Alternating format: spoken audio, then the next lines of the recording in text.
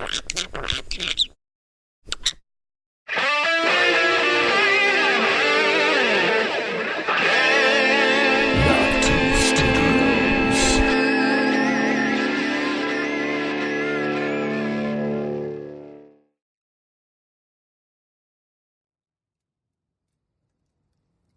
you know who this belonged to?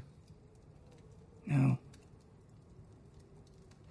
That very question was what started the War of the Five Kings.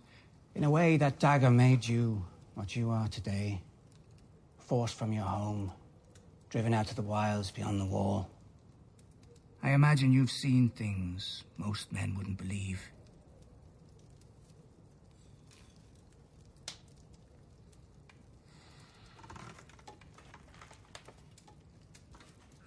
To go through all of that and make your way home again only to find such chaos in the world. I can only imagine. Chaos is a ladder.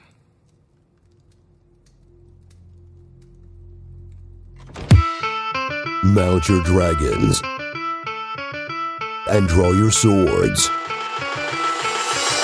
It's Game of Microphones with Sir Duncan the Fearsome and Lady Rachel of House Fox. 7 blessings, Lannister troops and Dothraki screamers, and welcome to Game of Microphones. I'm Lord Sterling, Sir Duncan, the Fist of Justice. And I'm Lady Rachel of House Fox, wielder of the Spear of Influence. And this is episode 106.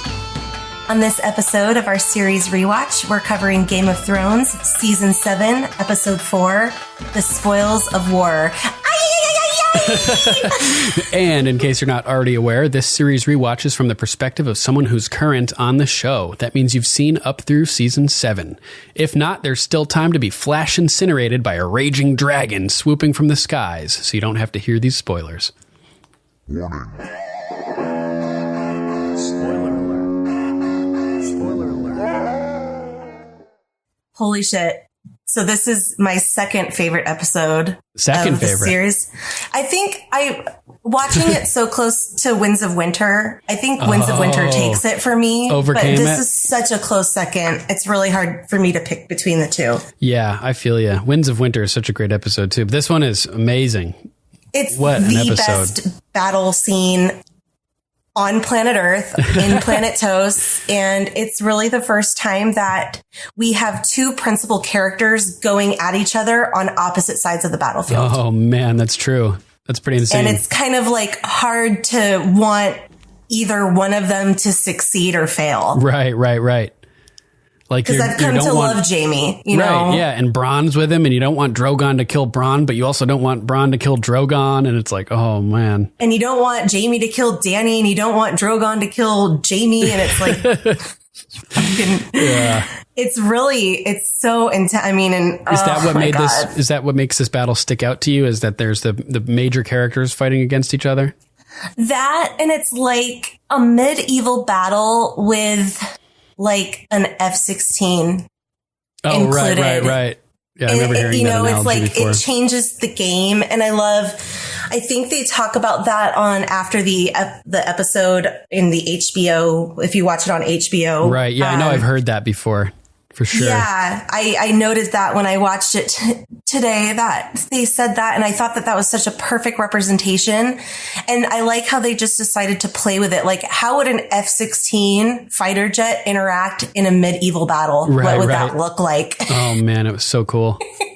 So cool. And it looks pretty awesome. Pretty awesome. Oh yeah. Pretty fucking awesome. Yeah. Nice. Do you want to start with your number 5? Sure. Yeah, might as well, right? My number 5 is Littlefinger and Bran. Oh, nice. Okay, I think this is my number 4. I found it. Nice. There we go. So let's collab. Yeah. So we learned that basically Littlefinger is scheming to try to get into Bran's good graces, probably because he thinks that he's Lord of Winterfell at this point, right? That's what I was thinking, because why would Littlefinger give him a dagger? Yeah. And Sansa asked this question, but I was curious what you thought was his ulterior motive into trying to get on Bran's good side. Well, I think he was giving him the dagger because it has particular meaning for Bran, considering that's the dagger that was used to try to kill him. So I think it has like personal significance to Bran, and like it's like having it's like a trophy from the like your enemy, you know what I mean? Like you like taking a scalp or something like that, having your enemy's weapon delivered to you. It's kind of like a cool gesture that under different circumstances would mean a lot. Like if Bran didn't know everything about Baelish, it may have been like a really nice gesture that could have got him really like nicely in Bran's good graces. That's true. So, yeah, pretty interesting. Littlefinger's trying to schmooze with Bran, but he just has no idea what he's getting himself into. He would have been better off to just keep himself far away. Yeah, out of Bran's mind, because his proximity and his interest almost certainly resulted in Bran reviewing his timeline, basically, you could say. Absolutely. So Bran's chilling in his wheelchair, which Mira notices in a little bit. We'll talk about that. Which is kind of cool. But Baelish is sitting there with him, and Baelish pulls out the cat's paw dagger, the black dragon bone hilt, and the Valyrian steel blade. And he's showing it to Bran. It's such a cool dagger. Yeah, I love it so much. Yeah, it's pretty badass. And he's kind of like flipping it around in his hand, and he says, "This is for you," and gives it to Bran. And Bran picks it up and starts looking at it. And as he's holding it, Baelish is telling him about the significance of the dagger. You know, that this is the dagger that the assassin tried to use to kill him. And he talks about Catelyn and the other dagger that killed her, and how he would have stopped it with his own heart if he could have. But he wasn't there for her when she needed him most. Which I thought was like kind of fucked up. Like that's something that like your family would say, you know what I mean? But Littlefinger was never at Winterfell, or like never part of Cat's life. So there's no reason that he would have been there at all. So it's kind of weird for him to say this to Bran. I thought, at least. Yeah, I did too. So he's like, but I'm here for her now to do what she would have done to protect her children. Like such a weirdo. Why would you like assume this role for yourself? You know, it's just so bizarre. Like it's something is off, you know what I mean? And so he's like, if you need anything, Brandon, all you need to do is ask. And Bran asks him, do you know who this dagger belonged to? And that's a very interesting question, because we were speculating about that a couple episodes ago, weren't we? Yes, we were. Absolutely. Right. So considering that we saw a page in that book that was detailing Dragonstone, a page like right before that detailing this dagger, I think it's safe to guess that this was some type of ancestral Targaryen blade. And I wonder how Littlefinger got a hold of it. Yeah, well, he worked at the capital for years, and the Targaryens lived at the capital, a lot of them, for centuries. So all their possessions might still be there somewhere. After the rebellion, after Robert's rebellion. So. Like the dragon skulls are in the basement. You would think that Bran could figure that out. Oh, he's asking Baelish if he knows who the dagger belonged to. I'm sure that Bran does know.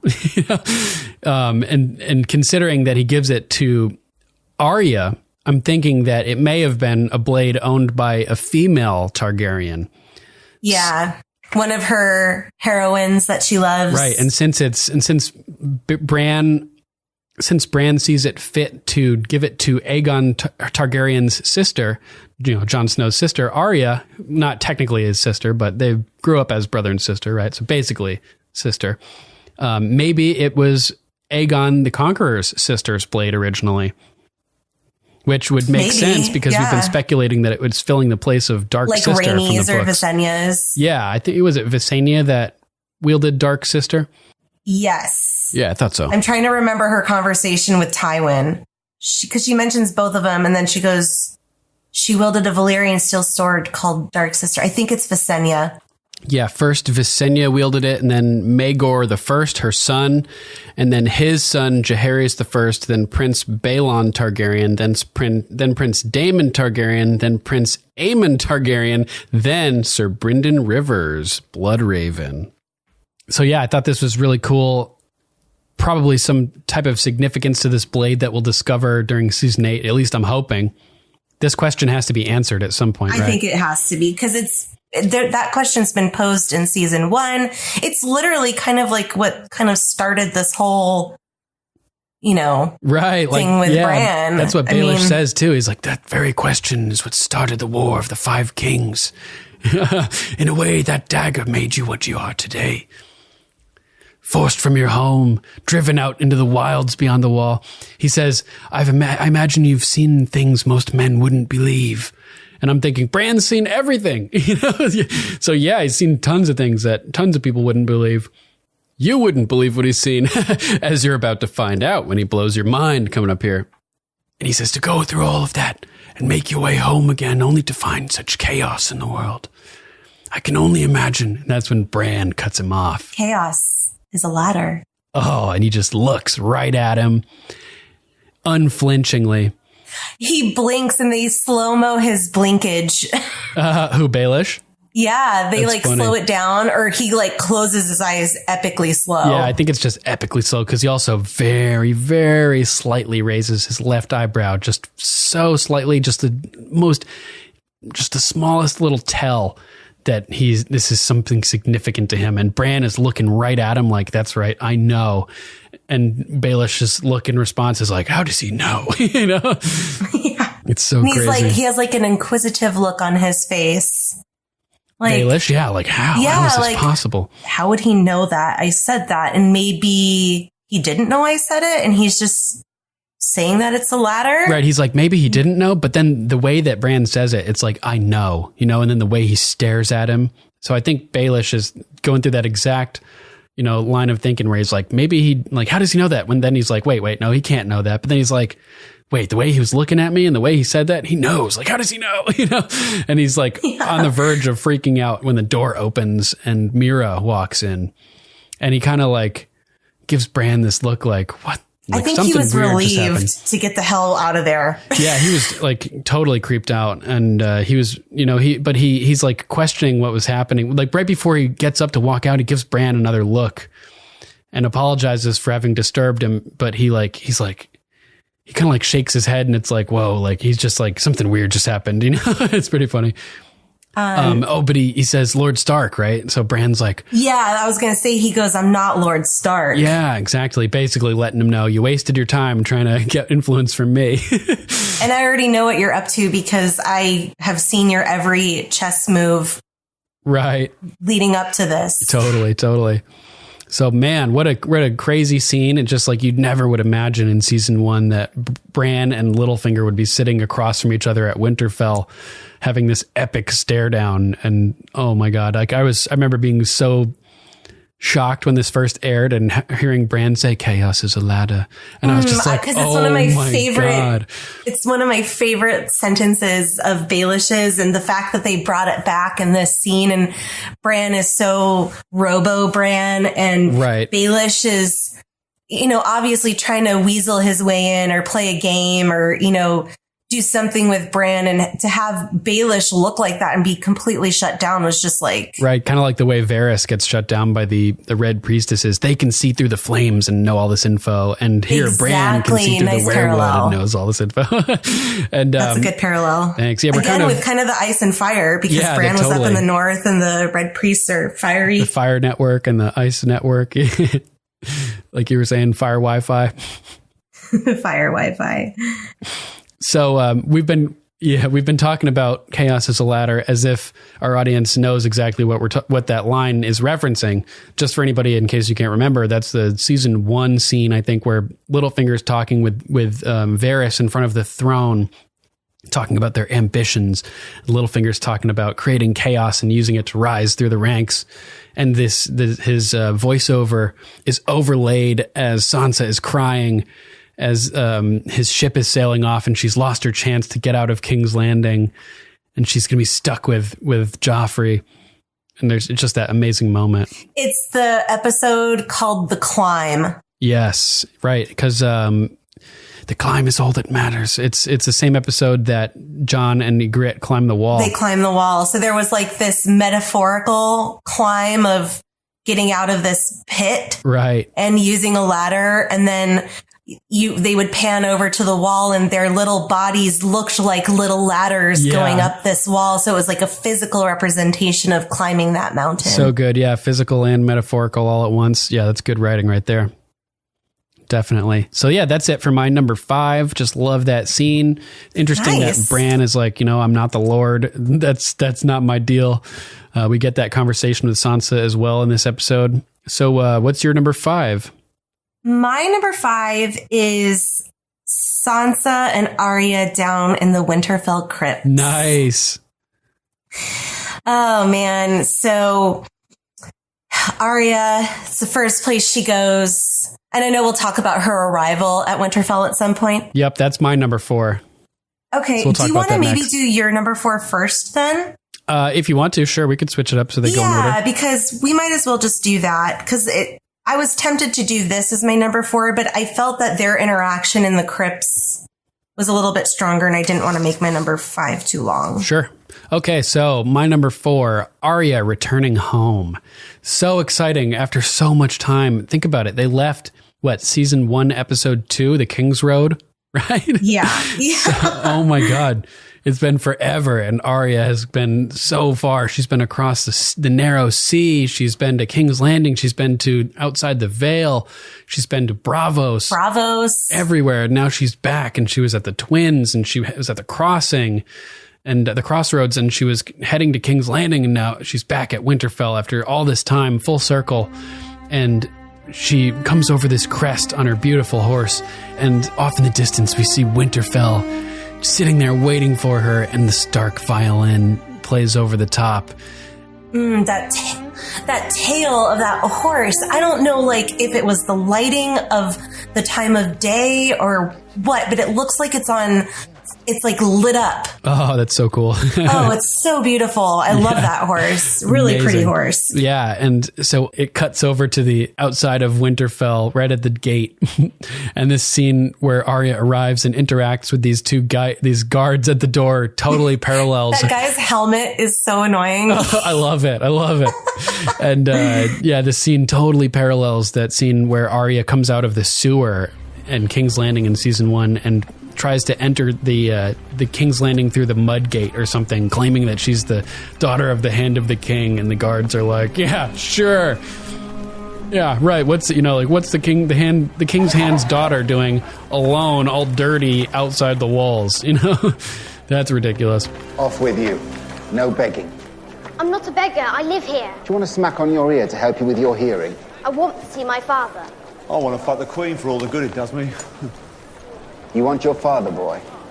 He's lying on the floor of some tavern, getting pissed on by his friends. My father is Hand of the King. I'm not a boy, I'm Arya Stark of Winterfell. And if you lay a hand on me, my father will have both your heads on spikes. Now, are you going to let me by, or do I need to smack you on the ear to help with your hearing? So now she's back at Winterfell.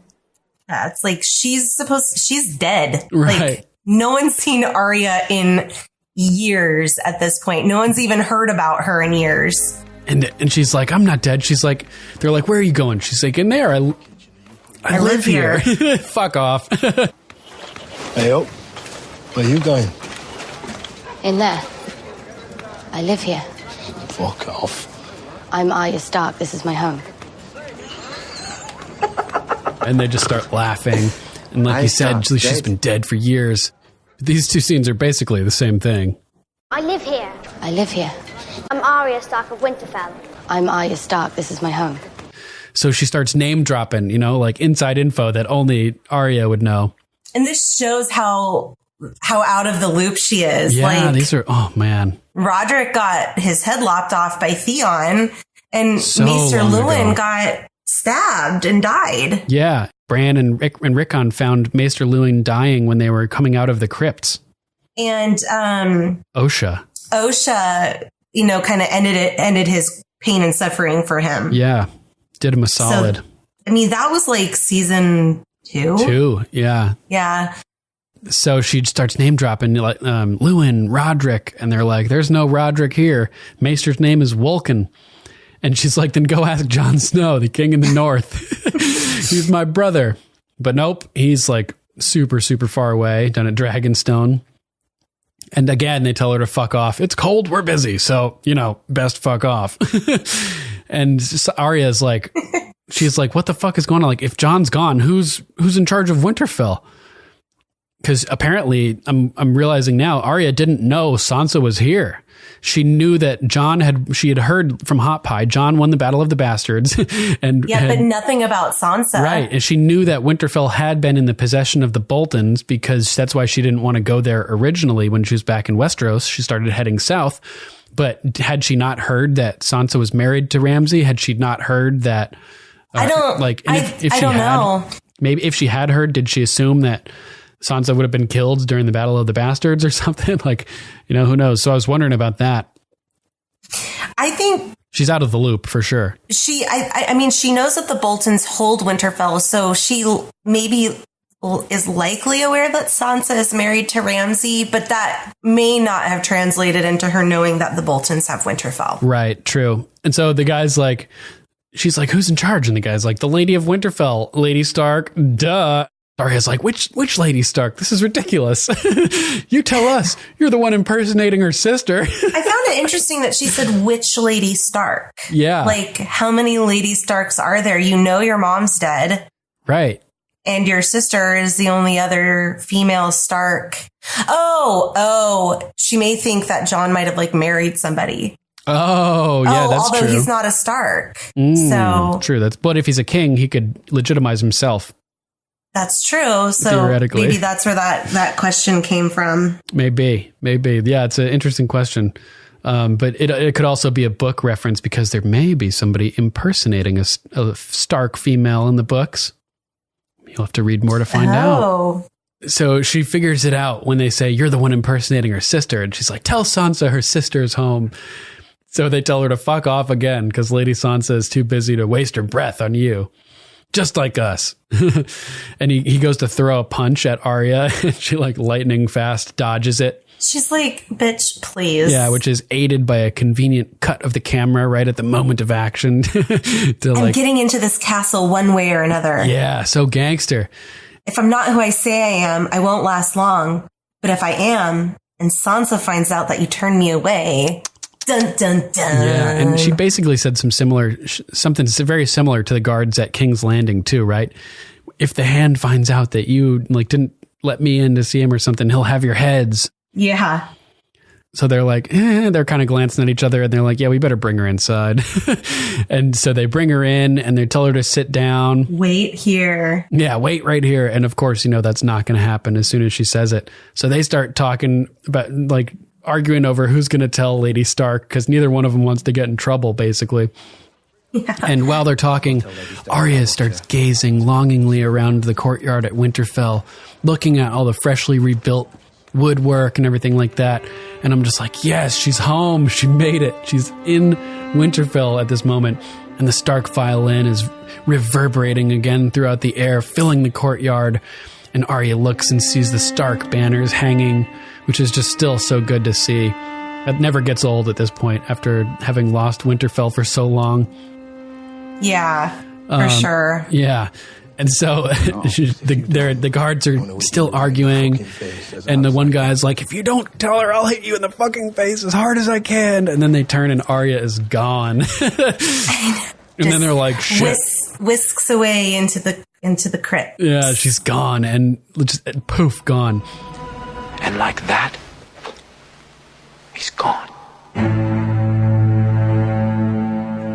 So the two guys, having lost Arya, decide to go together to Lady Sansa because they both share the blame at this point.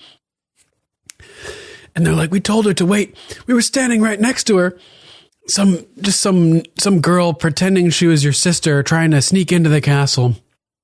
She came in. She was asking for Sir Roderick and Maester Luwin. And Sansa immediately knows that that's Arya. Right, because those names she recognizes. Because the people are the two guys are they're asking for some weird people like Maester Luwin and Sir Roderick. Yeah, they don't know who the fuck are these people? And Sansa, she perks up. Totally knows who these people are. Yeah. And no one in this castle at this point would even know of those people other than her family. Right, they think that it's just some Wintertown girl. But Sansa realizes no. And they're like, don't trouble yourself over it, my lady. We'll find her. She's like, you don't have to. I know where she is. In the crypts. And that's yes. You're number 4. You're number 5, right? Yeah, so I love that we find Arya. She's looking at the statue of Ned. Yep. So Arya hears Sansa approaching and she doesn't even turn her head. And I love that her little spidey senses are going and she goes, Yep. Do I have to call you Lady Stark now? Right. And Sansa sort of pauses for a second. Yes. Yes, you do. And for a second, Arya doesn't know if she's serious or not. That's true. I think Sansa says yes, but it's also kind of like, you can call me Sansa too. You know what I mean? It's like, we're sisters. And we know that their relationship back the last time we saw them at the end of season 1 was always strained. Yeah, they just were, it's mildly. oil and water, you know. Yeah. Arya wanted to be a fighter. Sansa wanted to be the queen. Siblings fight. I mean, I'm an only child, so I can only talk about like what I see, but you know, siblings can not get along sometimes and have different personalities. And so I was really excited to see this reunion because I was curious how it would go. Would they like rush and hug each other? Would they be a little awkward with each other? Right. And I thought that Maisie Williams and Sophie Turner did such a great job of really staying true to the character. So good. Very impressive because they're like good friends off screen. So it must have been like pretty difficult to get this kind of awkward dynamic. Exactly. And so they don't rush each other, which I thought was really like kind of the way that Sansa rushed Bran. I mean, she looks at him and they don't even say any words. And Jon, they just like embraced, and they don't do that here. But Sansa they do does hug. approach. Yeah. Arya doesn't move, but Sansa approaches. It's like, she kind of shows you that Arya is still like a little hesitant about Sansa in general, maybe. Yeah, and I think it might be part of her training that she went through as a faceless man. I think she's very disengaged to emotion at this point. Even tempered, even keeled. She has missions and she carries them out. And she's really been trained to kind of not feel anything. Yep. And I think physically too, because she got the shit beat out of her like on a daily basis at the House of Black and White. Oh, yeah. Good point. And I love Arya here. She goes, "It suits you, Lady Stark. Jon left you in charge." And Sansa's very proud here. He did. I hope he comes back soon. He was super happy to see me. I can't imagine what he's going to do when he sees you. And I loved that His so much. heart will probably stop, she says. I'm like, didn't stop him the first time his heart stopped. You know? It's already possibly stopped. Yeah, and Arya smiles, imagining seeing Jon again. And they both turn simultaneously to look at Ned. Mm-hmm. And this is the first time Arya has seen the statue, and she's like, it doesn't even look like him. It should have been carved by someone that knows his face. Everyone who knew his face is dead. We're not. Yes. And they love how they both smile at that. Yeah, definitely. And she's heard the rumors that Sansa killed Joffrey. And True. Sansa kind of sets the record straight here. She's like, I wish that I did, but I didn't. Yeah, they both wish they did. And this is the first hint, Arya's next line to Sansa, that there's something new about Arya. Yeah. In her ways of life. And she says, I was angry when I heard someone else had done it. However long my list got, he was always first. And Sansa's like, what? That's like a weird thing to say. Yeah, she looks like puzzled for a second and asks, your list? Like, your list? Yeah, of people I'm going to kill, girl. Like, Joffrey was number one on that list. And Sansa has the same reaction as the Lannister army guys that Arya was hanging out with. She just starts laughing. They kind of laugh. And Arya's little laugh, she's like, yeah, I'm serious. Yep. Like, you're laughing, but I'm dead serious. So Sansa asks, how did you get back here? And Arya's like, well, it's a long, long story. I mean, we're like 7 years into the story now. It's been almost a decade since they've seen each other. Mm-hmm.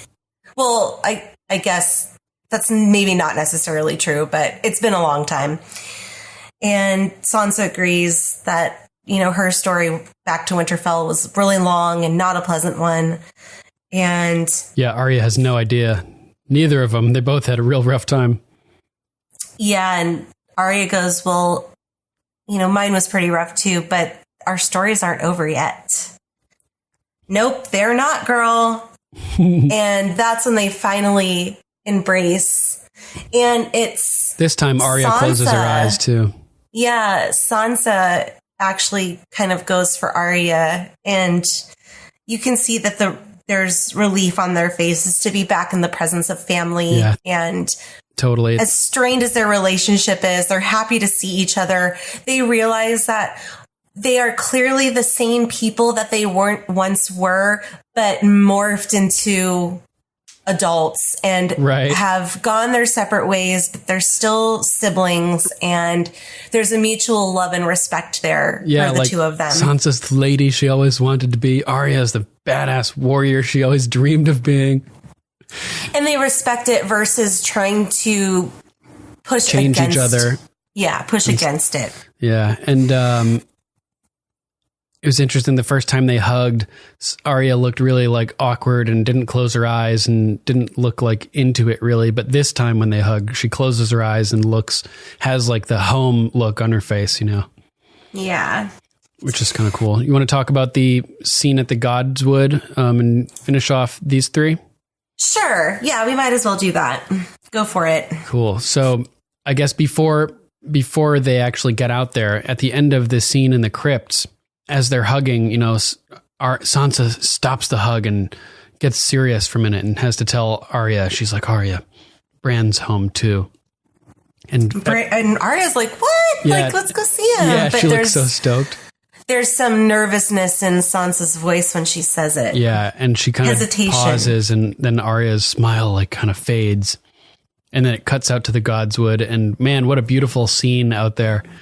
Such a pretty location. Oh, I love it so much. Yeah, and Bran's sitting out there in the wheelchair by the heart tree, the big old weirwood, and Sansa and Arya kind of arc around and to the front of him, giving him like a good 10 feet or so as they come around to face him. And Arya's like, oh my God, it's Bran. And Bran's like, you came home. And I was like, oh, this is an interesting line. He seems surprised. He goes on to say, I saw you at the crossroads. But she's like, why didn't you say something? Yeah, why she's like, you saw me? Call out for me?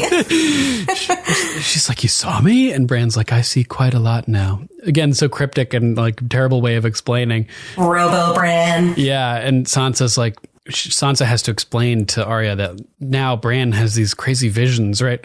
And so I was thinking that Bran was surprised by this, that she came home. I was like, he'd seen her going south. He saw her at the crossroads. Had he not checked on her since then? Apparently, he must not have looked since then. Maybe he was busy and hadn't gotten around to it, or maybe it was an experiment to see what she'd choose to do. I thought it was interesting that he saw her at the crossroads, though. That's sort of like symbolic of the place where she was making her decision of whether to go north or south, right? It's just at the crossroads, the inn at the crossroads, where she's at this crossroads at her life and ends up making this decision. Pretty crazy, right? A big decision that could have possibly saved Cersei's life. Yeah. And yeah, totally. Man, that's hardcore to think about. This implications, like if she hadn't run into Hot Pie down there, maybe Cersei would be dead now. I know. I've thought about that too a lot. That's crazy.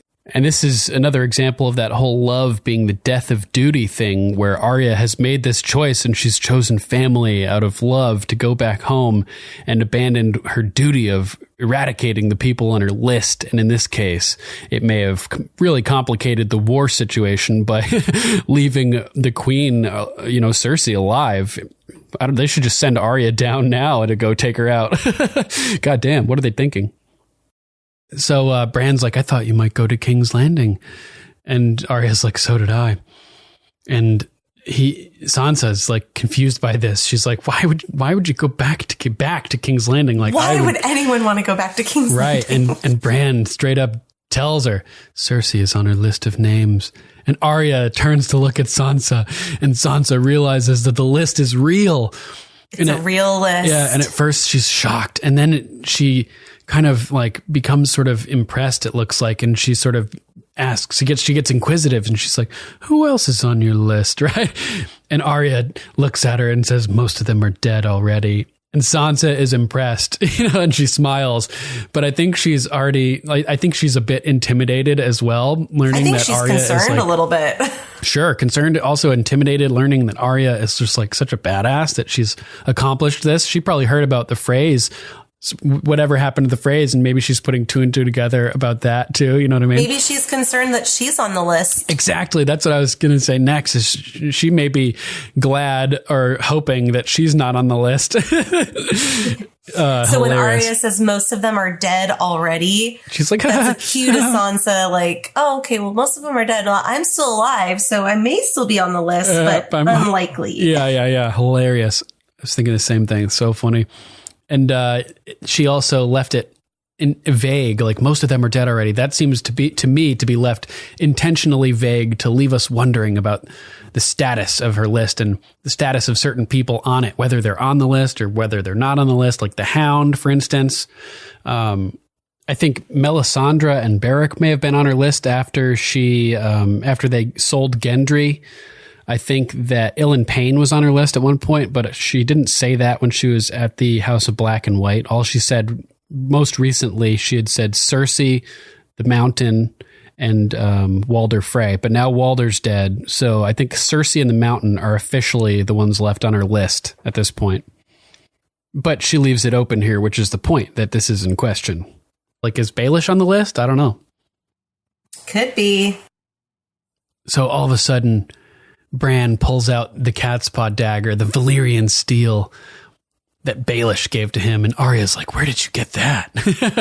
And he tells him Littlefinger gave it to him, and Sansa's like, uh-oh, like, that's not good. If Littlefinger's giving you something, he's going to want something in return. And Arya's just like, Littlefinger, he's here? Why the fuck is Littlefinger here? So Sansa explains he's declared for House Stark. And Sansa's like, why would he want to give you a dagger? And obviously, Bran, he thought that he would want it. He thought he was the Lord of Winterfell, that it would be important to him because it was the dagger that attacked him. So Bran says, because it meant to kill me. And Arya is immediately curious, like, why would a cutthroat have a Valyrian steel dagger? This is the cat's paw dagger. Why would that guy have a Valyrian steel dagger? And Bran says, someone very wealthy wanted me dead. Again, an intentionally vague statement. There was speculation at the time. People thought that maybe Joffrey had sent the cat's paw to impress Robert. People thought that Littlefinger had hired the cat's paw. It's kind of up in the air who actually hired the cat's paw. So Bran leaves it speculative here again as well. That's leaving room for it to be revealed in the future, in season 8. Yeah, that maybe it's like Varys or somebody that we don't expect, that was sabotaging things in the background. Like, who knows? So Bran's like, it doesn't matter anyway. I don't want the dagger. And Sansa's like, what? And Arya's like, what? And he holds it out towards Arya. And Arya's like, oh my God, like, are you sure? It's Valyrian steel. Like, that's a coveted item, People don't just give away Valyrian steel. Yeah, like, why would you? Because it's wasted on a cripple. Yeah.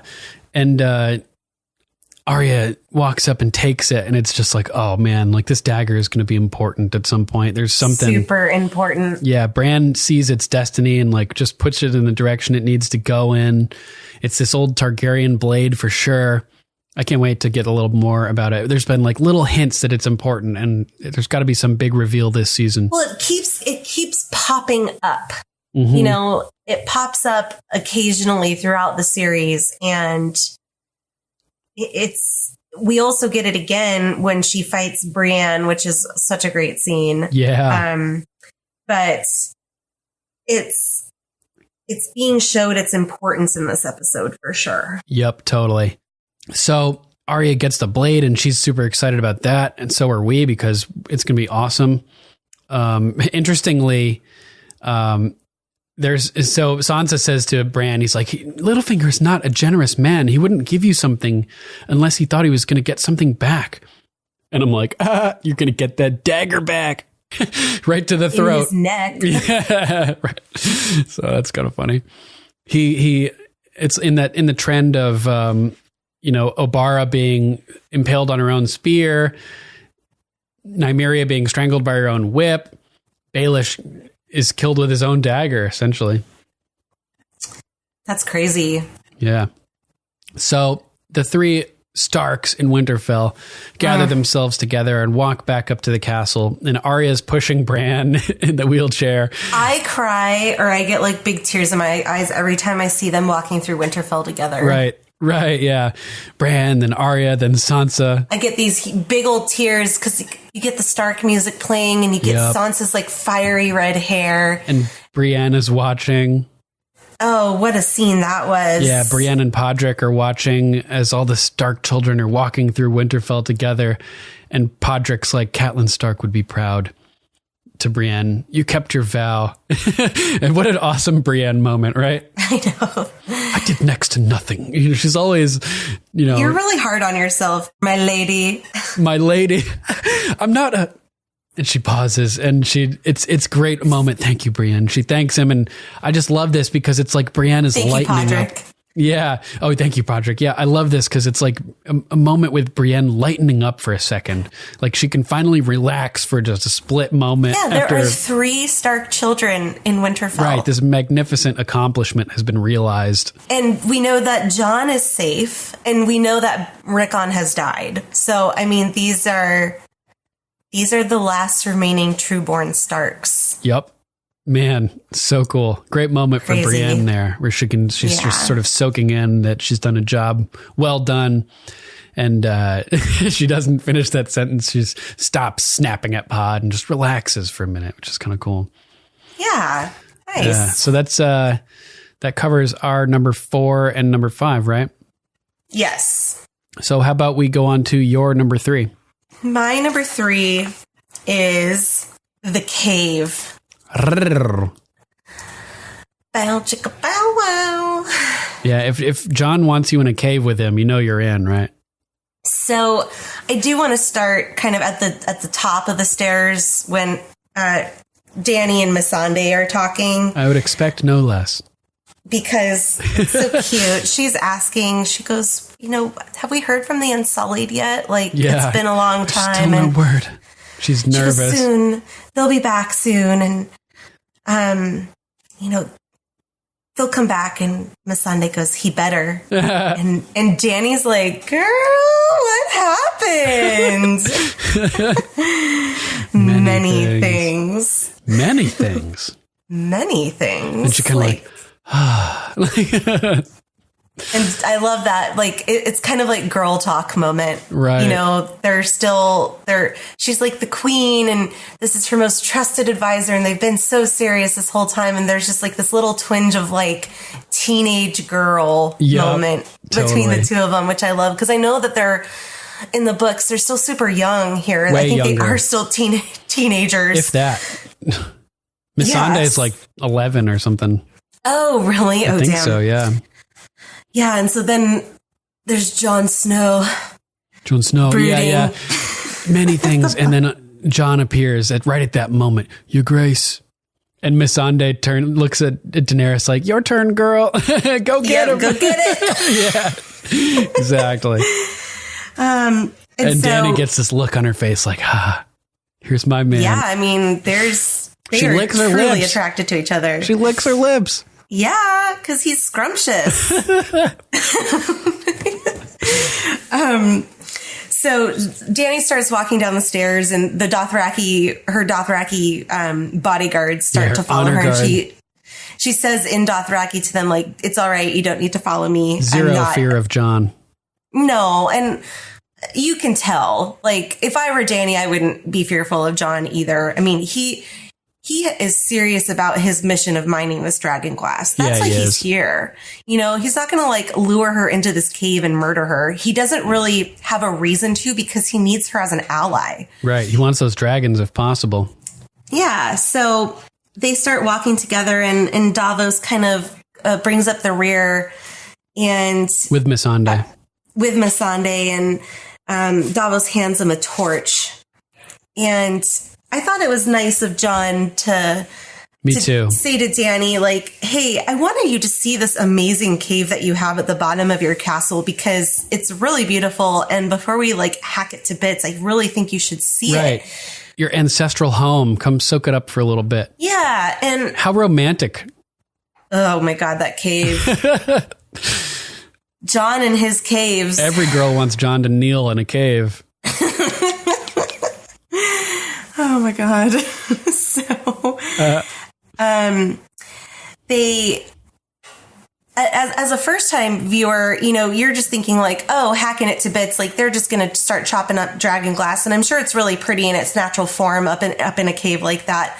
But what he was really kind of leading towards, which we find out very shortly, is the drawings on the wall, which I'm sure they'll probably try to preserve as best as possible. I would hope. Yeah, I think so.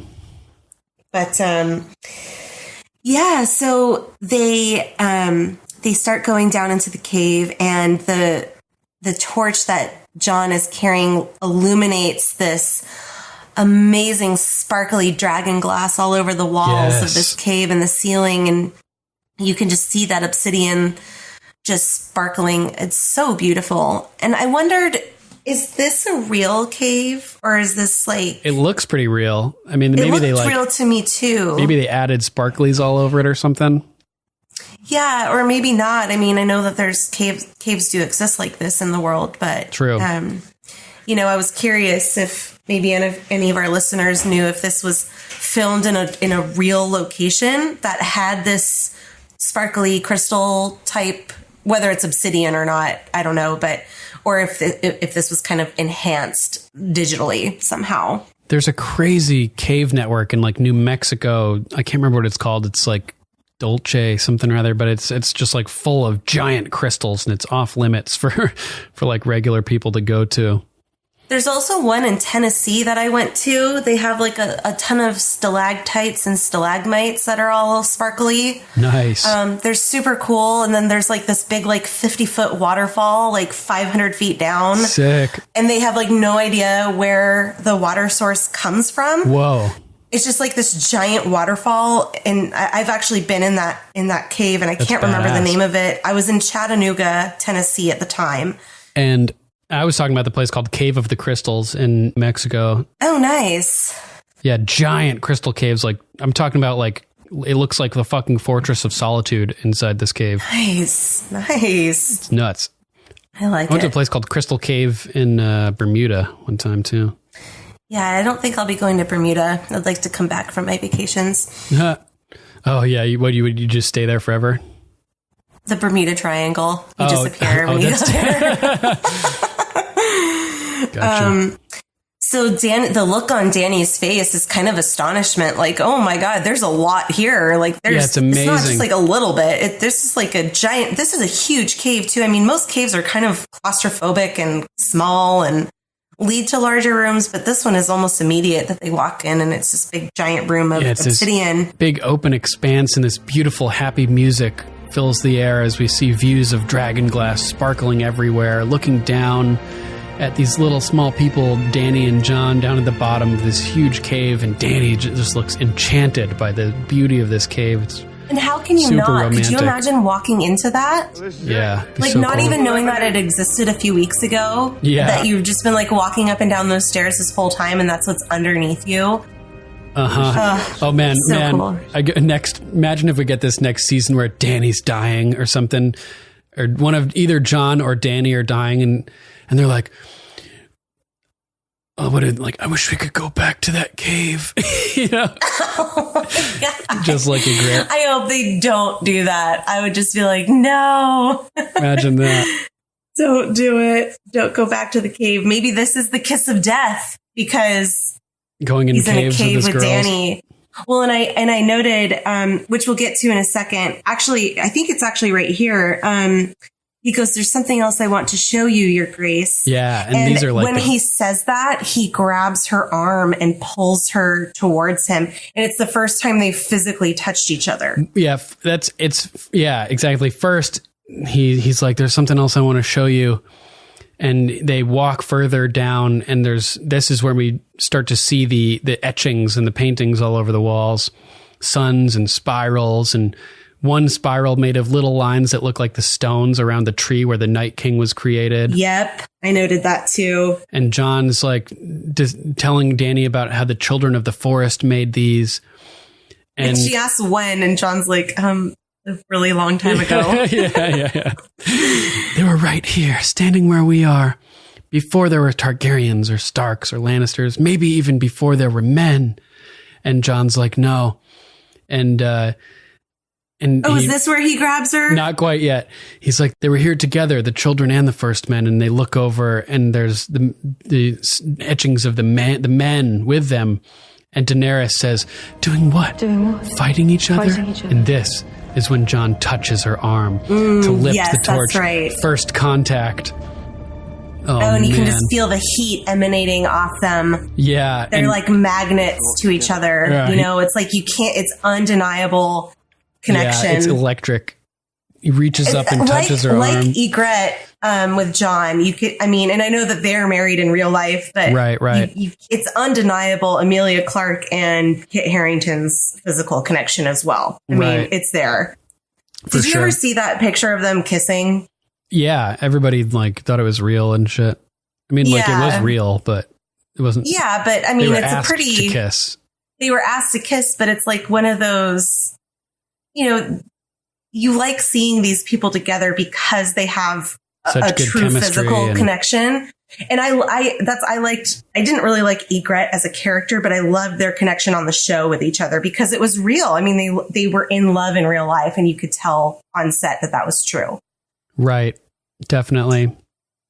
So he touches her arm and lifts it up. Juicies. Yeah, so hardcore. And this is when he lifts it up to aim the light towards a different scene on the wall.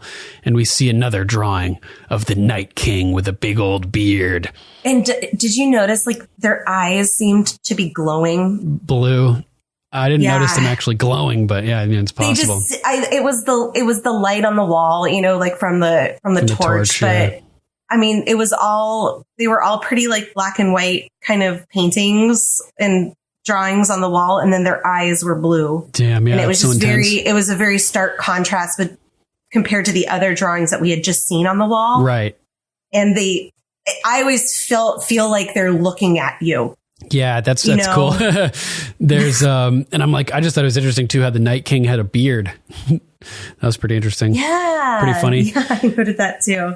Jon's like, they fought together, the children and the first men, against their common enemy, despite their differences, despite their suspicions of each other, together. And if we're going to survive, we need to do the same thing. And they look back at the wall. Jon continues, because the enemy is real. It's always been real. And he's like, this is the proof. Look, they're talking about it thousands of years ago. And this is exactly what I came here to tell you about. And what are the odds? That now that the Night King has reemerged, we find this cave to find the thing to kill the Night King. And here is a drawing of the Night King written all over the stuff that we're going to use to try to kill them. Pretty crazy. It's amazing. And I think this is starting to really weigh on Dany, that Tyrion has told Dany that he trusts Jon, that it's not crazy, that, he's honorable. We should have him as an ally. He's here in the physical flesh. He didn't send someone else to talk to her because he wants all this dragon glass, because he himself has seen what's on the wall underneath her castle. It's becoming more tangible to her than before. She's like, you just drew these here to fake me, to trick me. It kind of goes back to Tyrion's conversation with Jon on the cliff about it's almost too big for someone's mind to handle a threat like that. Right. And so this is kind of warming Dany up to the idea that maybe Jon is telling the truth. Maybe this is something that we really should be concerned with. Slowly turning up the temperature in the pot so she doesn't jump out like a frog when you're trying to boil a frog, Yeah. Never boiled a frog. Neither have I. I'll take your word for the record. But it's a common metaphor for acclimation. Yeah, I know. So she's like, and you say you can't defeat this enemy in the north without my armies and my dragons? No, I don't think I can. Oh, the moment is so intense as they're looking into each other's eyes. She walks towards him. Steps closer to him, yeah. This is what I mean about like magnetic. Yeah. Same thing as the throne room. Yeah. Yeah. It's almost totally like you can see like the waves of energy like passing between their bodies. It's crazy. So crazy. Totally. And she's like, I will fight for you. I will fight for the North. And right when she says this is the first time we get to hear it, what you could call the song of Ice and Fire, the new motif that's being introduced for the first time in this moment, the musical motif that plays for the combination of Jon and Dany, Ice and Fire. And we'll hear it repeated and expanded upon in the following episodes, excitingly. Thanks to Lord Nick of House Wiccans for pointing this out to me too. Sort of a tragic doomed lovers type vibe. Here it is.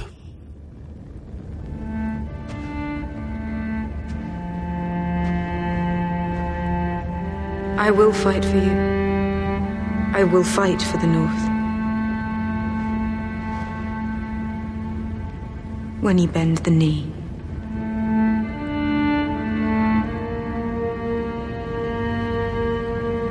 My people won't accept a southern ruler. Not after everything they've suffered. They will if their king does. They chose you to lead them. They chose you to protect them. Isn't their survival more important than your pride?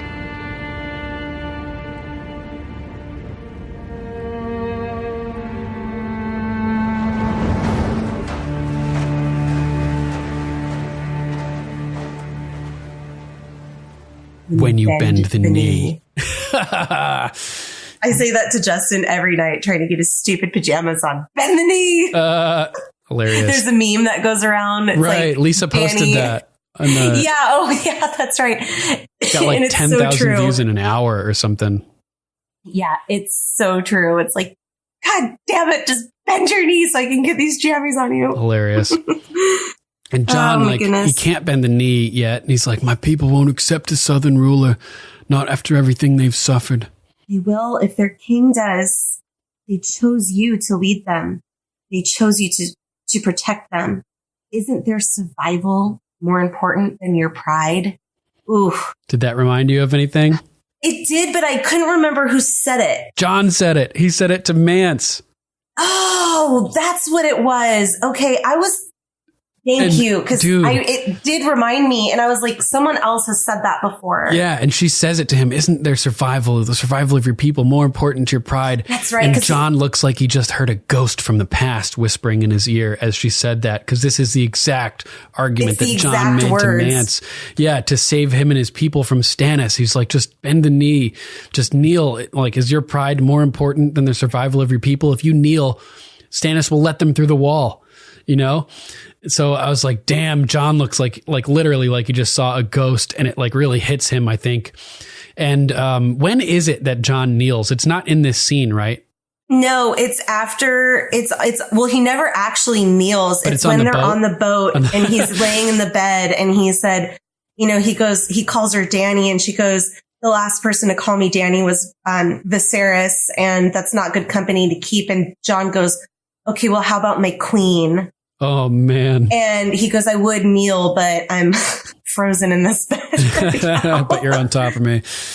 Oh, yeah. Man. And they're holding hands in the moment, I think. Or he grabs her hand afterwards. Or they're holding hands at one point in that scene, too. Nice. So he hasn't made up his mind yet, but this is an important argument, something that's going to stick out to him and influence his decision. This idea of survival being more important than pride, because he's made this argument before himself. So this is obviously stands out to him. And that's where that cave scene ends, and it cuts to them walking out, right? Well, and again, you just feel that energy, like the camera just lingers just enough, long enough to have that little moment of when it cuts away, you're kind of curious, like, what happened? What happened? And the way that Dany is saying this, that I will fight for you. I'll fight for the North. You know, she seems so like it's like so true. She really wants to team up with Jon and wants to fight by his side. And I kind of feel like when she says, you know, isn't their survival more important than your pride? I feel like I wanted to say to Dany, it's like, well, maybe you should look in the mirror when you say that, because you're being kind of prideful right now, like only offering to help someone if they bend the knee and call you queen, when everyone's survival may lay within your power with your dragons. Right. Is your queenship worth the lives of everybody in the Seven Kingdoms? Yeah. So I thought that was kind of an interesting little parallel. It's like you're calling Jon prideful because he won't bend the knee, but you won't help him. Pot calling the kettle black type scenario. It was kind of an interesting little dynamic there that I picked up on. Totally. So we exit out of the cave, and there's that moment where they're walking next to each other, and from the camera angle, it looks like they're holding hands. Yeah. But then it cuts to the front, and they're not. And I was like, oh man, that would have been crazy. And Tyrion and Varys are standing outside the cave, and they do not look happy. They give what seems to be good news that they took Casterly Rock. Well, that's very good to hear. Yeah. And they're like, Varys like won't look at her. He's like looking down at the ground. It's hilarious. And Dany's like, isn't it? Oh man. She's fucking pissed too. Yeah. She's like steaming along, running down, like storming along the beach, berating Tyrion for his plans screwing over their entire operation and costing them the Tyrells and the Dornish and the Ironborn. Tyrion tries to like stick up for himself, and he's like, listen, we still have the Dothraki. We have enough ships to carry them to the mainland. We can commit to our blockade of King's Landing. It's still the right plan. He's like, if I've underestimated our enemies, and she loses it. She's like, our enemies, your family, you mean? Family. Right. Yeah. Like maybe you don't want to, maybe you're not on my side after all. Maybe you don't want to take down the Lannisters.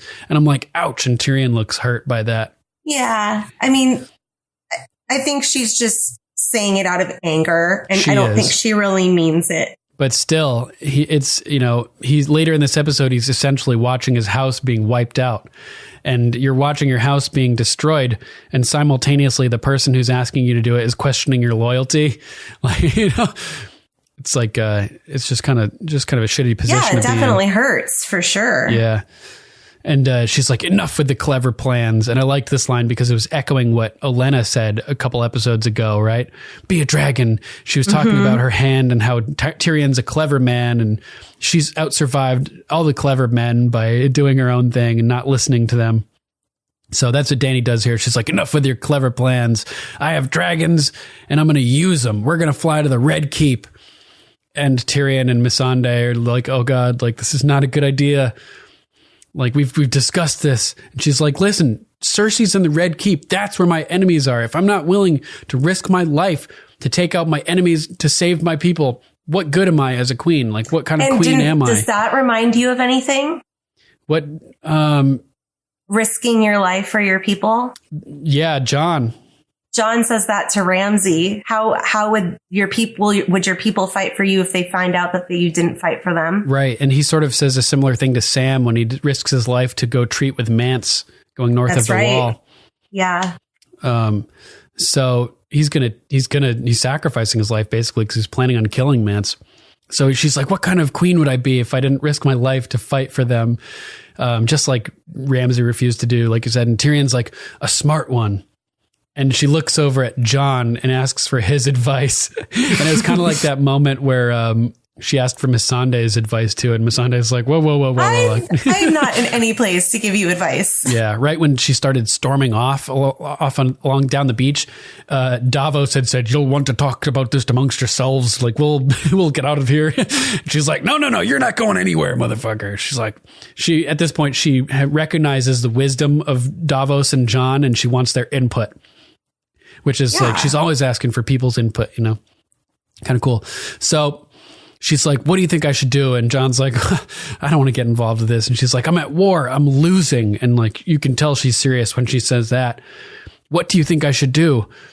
And Jon looks out at the dragons and has an epic monologue, basically saying like, this is nuts. Nobody ever imagined the dragons would exist again. And then you came along and made something impossible happen and brought them back. maybe that's what like drives the people to love you, that you make them believe that impossible things can happen. And if you made one impossible thing happen, maybe you can make more impossible things happen and build a world that's different and better than this garbage world that they've always known. And he's looking out at the dragons and he what this a is shot. Yeah. Oh my God. Oh yeah. Right. And now it's time for a cutting truth. Right. And he's like, but if you use your dragons to melt castles and burn cities, you're not different. You're just more of the same. And Dany has a look like a toddler who knows that they're doing the wrong thing, you know, but they're like angry I know that about face all too well. angry being told not to do it. And she knows it's true, but she doesn't want to accept it. She wants to go just rage with those dragons so bad, but she knows he's right. Like, how could you not want to just do it? You know, it's just like, fuck. Like, I have, like what we said earlier, I have like 3 F-15s that I can, at my disposal. Like, I could just fly in today and just, this could be over. Like, enough with strategy and playing this game. Like, I can wipe the game board off the table. Yeah, exactly. There would be no game anymore. You know, Totally. It would just be over. Game over. I win. Exactly. But I do like Jon. Dany's a Targaryen. She is the Mad King's daughter. And while she does have a check on her impulses, everyone around Dany is expressing have reason. Yep. And little Olenna is in her mind saying, don't listen to them. Be a dragon. Fire and blood, my dear. What she does is she takes her advice and she scales it back. So instead of rushing into King's Landing and burning the shit out of the Red Keep and having a lot of casualties, most likely, of innocent people, she goes after the Lannister army, specifically, not the people, not King's Landing. The army is what is a threat, not the common people. Totally. It's really not at this point even really Cersei. It's the armies that fight the battle. So if she can wipe out the army, there's no one to fight her. So she takes what they said into consideration, but she's still going to do what she wants to do. And she's like, I'm going to up the ante here. Cersei was the first to draw blood. She was the first to attack us. Now I'm going to attack her back. She's going to add a dragon piece to the board. Yeah, which she absolutely should. Why not use them? I would use them. Oh, hell yeah. So it's great. Totally. I love it. Yep. But yeah, Jon, another voice of reason. Yes. Great dialogue between all of them, really. Yeah, and it's just cool seeing them all collaborate to start working on solutions. Now Jon's getting his perspective into the mix as well. And all of our She's favorite characters. She's starting to trust him as an ally, too. She's asking for his advice. Yeah, exactly. He's essentially serving as an advisor at this point already, you know, so it's just wild seeing them combine forces and seeing Tyrion and Dany and Jon and Davos and Missandei all working together. It's so cool, man. Love it. Yeah. So where are we?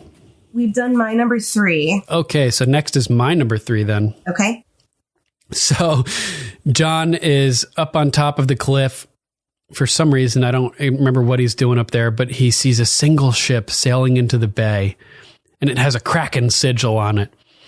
And Missandei turns to look as well, and he's like, "Is that a Greyjoy ship?" And I'm like, "Oh fuck! Jon's about to see Theon." Jon and Theon reunited. That's my number 3. Okay. So it cuts down to the beach at Dragonstone, and Theon and his Ironborn are pulling their landing boat onto the beach, dragging it through the surf, and Theon taps the front and they stop it. And Theon turns to the shore and Jon Snow is standing right there in front of him. Like, Jon? Yeah, and he's face to face with Jon Snow all of a sudden. He's been avoiding this for so long. This is why he did not go to Castle Black with Sansa, because he couldn't bear to face Jon. Yep, I noted that too. He couldn't face Jon. Oh my God. And here he is. Just out of the blue, and he's like, Jon, it's like, I didn't know you were here. Sansa, is she all right? I love that was his first question. Yes. Is she okay? Did she make it?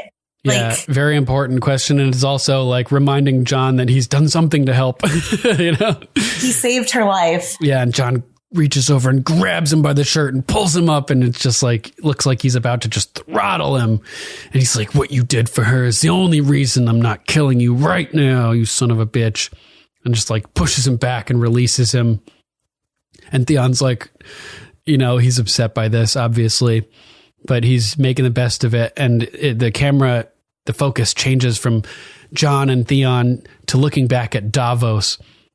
And he's like asking about what the hell happened, basically. We heard your uncle attacked. We thought you were dead. And he's like, I should be. I was a coward. Yeah. I jumped. And Theon says that Euron has Yara and he's come to ask the queen to help get her back. And Jon says, the queen is gone. And I thought that was interesting because he refers to Dany as the queen. I was like, has he made his decision at this point? Maybe subconsciously. It might have been like a Freudian slip. Maybe, because this is right after he was talking with Missandei and Davos at the top of the cliff. And we learned how he basically ends up taking Tyrion's advice and asking Dany's followers why they follow her, you know? I also think that Jon respects her as a queen. He's just not going to follow her. He's the king in the north and she's kind of like the queen of the south. And he doesn't really want anything to do with the south. The queen, not your queen. Yeah, but because she is a queen, so she's the queen of the south. I think we could get into grammar, but it's, I think maybe it's partially a Freudian slip, like a subconscious thing, but he has been calling her your grace this whole time. He's being respectful that she is a queen, that she's deserving of that title, but he's not going to give the North to her. Yeah, not yet at least. And Theon's like, where did she go? And that's when it cuts over to the loot train battle. But we'll get to that when we get to it. So that's it for my number 3. I was just great seeing Jon and Theon reunited after so long and so much tension leading up to it and the anticipation of wondering, you know, both Theon is wondering and we as an audience are wondering how Jon is going to react to seeing him again. Is he just going to kill him right on the spot? Is he going to pummel him? Is he going to, you know, like he's probably not going to just forgive him, you know? He betrayed Robb and, you know, betrayed Winterfell and the Starks and everything. Jon he did murder those 2 boys, whether they were Bran and Rickon or not. He still like killed 2 innocent children, which is so fucked up. So fucked up. Totally. Oh man, Theon. Yep. What a crazy character he is. Totally. So what's your number 2? My number 2 is the dance of Arya and Brienne. Nice. I knew you were going to do this, so I left it off mine. This, honestly, I know that everyone that listens to our podcast knows that the loot train battle is my favorite battle. Right. And I was really tempted to not even include that in my top 5 because it's just so far apart of everything.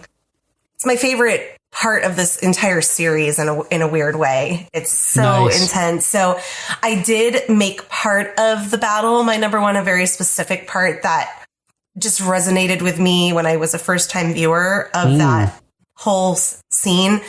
But this actually, if you cut out that whole battle, this would actually be my number 1. Nice. So that's why I made it my number 2. Gotcha. Because I couldn't not have a part of the loot train battle be my number 1, but I was really tempted not to. But we're up at Winterfell and we're in the courtyard and Brienne and Podrick are sparring and Brienne is continuing to teach Pod how to fight. And she's, you know, she's like kicking him down and he's falling all over the place and she's barking orders at him. Like, you know, don't lunge. Don't go where your enemy leads you. Yep. You know, I was thinking, nope and don't, because last time we saw them fighting, she kept saying with nope. Tormund. Yeah, she's like, nope, as she like keeps taking down Podrick. I realized during this rewatch that nope and don't are Brienne's shame and confess. You know? Like Septa Unella gets fixated repeating shame, shame, confess, confess. Brienne's just like, nope, don't. At least in this scene, she's giving him some direction. But it's all negative. She doesn't tell him what to do. She just tells him what not to do. That's like a horrible teaching style. Well, yeah. I mean, she's clearly like she's a great warrior herself, but sometimes you can be really good at something and it's really hard to teach other people to do it. Right. And I mean, Dark Souls, the video game, does teach this way. It basically tells you what not to do by you end up dead and you realize, oh, I shouldn't do that. And you have to try something else. Dave used to play Dark Souls. He put it down fairly quickly because it's super frustrating. Oh, man. Yeah, I love that. Beat all three of them. Bam. Yeah. Oh, really? Yeah. Nice. Love those games. I used like guides and stuff, you know? So Arya is watching and she has this smirk on her face and she approaches Brienne because she's seen Brienne fight before. Yes, she has. And presumably killed the Hound. So we cut back to Brienne just, beating on Podrick and Podrick's blocking some of her blows and she knocks him down again. And don't fight someone like her in the first place. Yes. Arya cuts in. So Podrick funny, man. stands up and kind of like, fixes his clothing and he picks up his sword and Arya's walking and her hands are behind her back. And that's kind of her move. Yeah, it's so cool. And for the first time since outside the Vale, Arya and Brienne are face to face. And Brienne says the same thing that she says to Arya the first time too, right? Nice sword. Very nice dagger. Yeah. Oh, such a cool dagger. She's wearing the dagger and Brienne instantly sees that it's a special dagger. Yeah. It really is. I mean, it's not like you're... Can't miss that crazy hilt sticking out with the gold and the dragon bone and, the gem. It's very, very detailed. Yeah, it's beautiful. And so Arya looks down at her dagger and she pulls it out and she kind of like flips it around a couple of times and then hands it to Brienne to examine it. How did she learn how to do all this stuff? Like, she's so good at it now, you know what I mean? Like, it's crazy. I think all the fighting that she did with the waif. I mean, yeah. We only saw little bits and pieces. So she probably did dagger training, did like all kinds of different training. All of it. I think all of it. I think she knows about poisons. I think she knows about daggers and staffs and sticks and swords and how to dodge and how to just do crazy stuff. All we ever really saw Arya doing for a really long time is getting the shit beat out of her in the House of Black and White. Yeah, basically. You're eventually going to learn how to fight back, totally. And dodge and get creative with your footwork. And so, Brienne's looking at the dagger and Sansa and Baelish are up on the upper bannerments and they're just having some, stupid conversation. I'm sure Littlefinger's probably bugging the shit out of Sansa, and Sansa looks down and sees Arya speaking with Brienne and she kind of stops in her tracks. I feel like now that Sansa knows Arya is a killer, she like wants to see her skills. You know what I mean? So she sees this face off, this like showdown forming and she's like, oh God, I got to watch this. Like she doesn't even realize it, but she just has to watch, And she knows what an amazing fighter Brienne is. Right. She's seen it firsthand when Brienne rescues her in the wilderness. Cuts down all those guys with Pod. Yeah, and she doesn't even like see half of it. She goes toe to toe with Jaime Lannister. She presumably beats the Hound. He didn't end up dying, but she takes down Loras as well. Loras, that's right, fighting for Loras in the fighting with Loras in front of... Because he's like a well-renowned fighter. His skills are well-known. So what Sansa saw was a very small glimpse into Brienne's track record with her. So Arya says to Brienne that it's been a while since I've trained. And Brienne, being very respectful, she's like, well, my lady, I think I'm going to go find the Master of Arms for you. She goes, no, he didn't beat the Hound. You did. Yeah. I want to train with you. And I thought this was interesting, too, because you couldn't tell at this point if Arya is angry that she killed the Hound or if she's just like impressed. You know what I mean? I wasn't sure whether or not Arya wanted to like fight her, Because she got all mad when Pod brought it up. Yeah, that's true. So either way, whether she's angry at Brienne for beating the Hound or not, she respects the talent that's there in Brienne. I think you're right. Yeah, for sure. And Brienne kind of laughs, and Arya says, "You swore to serve both my mother's daughters, didn't you? And did you see the figure that walks behind them?" No. It looks like Catelyn Stark. What? Yeah, it went around the internet, but I noticed it at the very first time I watched it before it broke the internet. Like a ghost of Catelyn Stark. There's a figure that, okay, so the camera pans to Brienne. We're looking at Brienne, and then the camera pans to Arya when she says, "You swore to serve my mother's daughters." And right as she says the word mother, in the gateway, there's a figure that walks from right to left. And it looks like Catelyn Stark. I mean, like long red hair with a dark dress on, and she's just walking. Creepy. But, I thought it was really cool that if that was meant to be, or if that really was the actress, like the ghost of Lady Stark is there at the castle. Cool. And the fact that you see that figure right as the word mother comes out of Arya's mouth, it was... You have to go back and watch it. Yeah, I will. And tell me that it doesn't look like her, because it really does. I mean, I will for sure. There's nobody else in that whole shot, or even in Winterfell at all, that has that long, wavy, reddish hair that Sansa has, except for her mom. And it looks like the actress that plays Catelyn Stark. It's so funny. So this is a huge reason why this is my number 2, because I loved that. If that's truly a little sneak of, I don't know, ghost or just a homage back to Lady Stark, that they threw that in there for the show to break the internet. I loved how creative it was, whether it was intentional or not. Yeah. It's pretty impressive, and I just loved it. Nice. I thought it was kind of interesting here that Arya wants to show off her skills to Brienne. It's under the guise of having not trained. I mean, maybe that's what it is. She just wants to do some training, but she seems like she's kind of showing off, Oh, I think she's totally confident in showing off. And it just stuck out to me because it totally contradicts Ned's style of not fighting publicly because he doesn't want to show people what he can do. But then again, that may have just been to hide the fact that he was not the magnificent fighter who killed Arthur Dayne in single combat. Yeah, that's true. Yeah. So Brienne's move aside, Podrick. Yep. Get out of the way. Get out of the way. Nah. And Arya draws needle. You can't use that, my lady. You can't use that. It's small. way, way too small. Physically, yes, the mass would be easily deflected.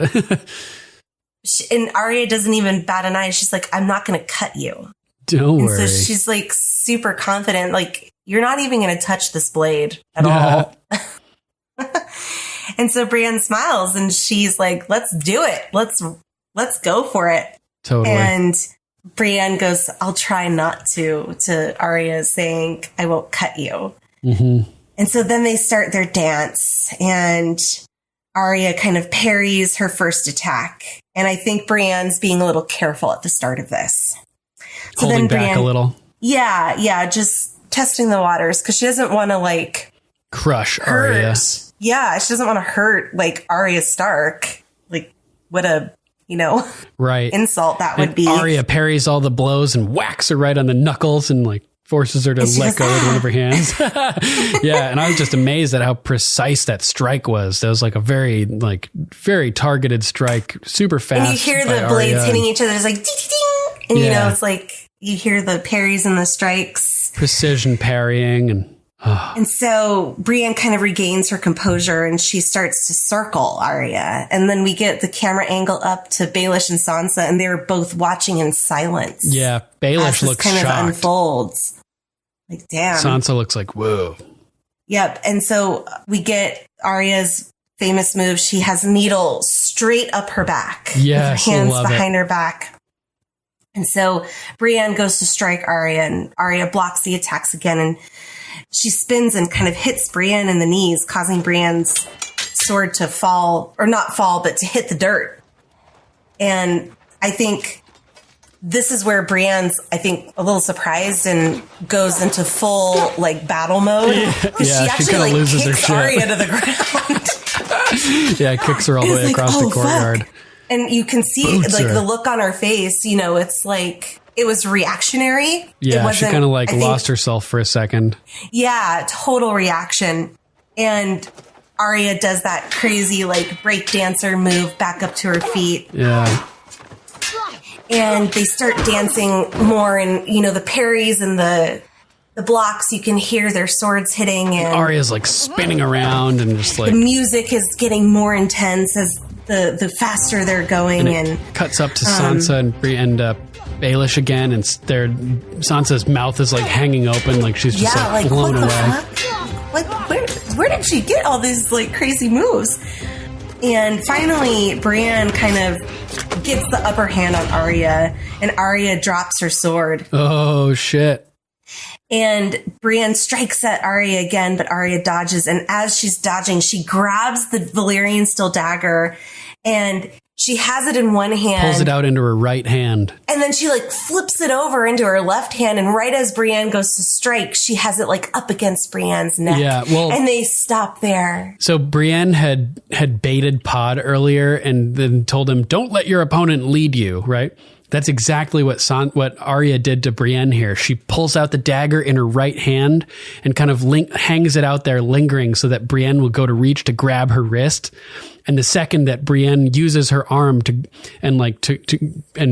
uses her arm and goes to grab her wrist, she flips it to her other hand, knowing that Brienne's like, or both of her arms are occupied basically, and has a bam, like a move right, has an opening right for her neck that she goes for. And notice that she goes for the neck with the cat's paw dagger. Yeah. And Baelish is looking down on them.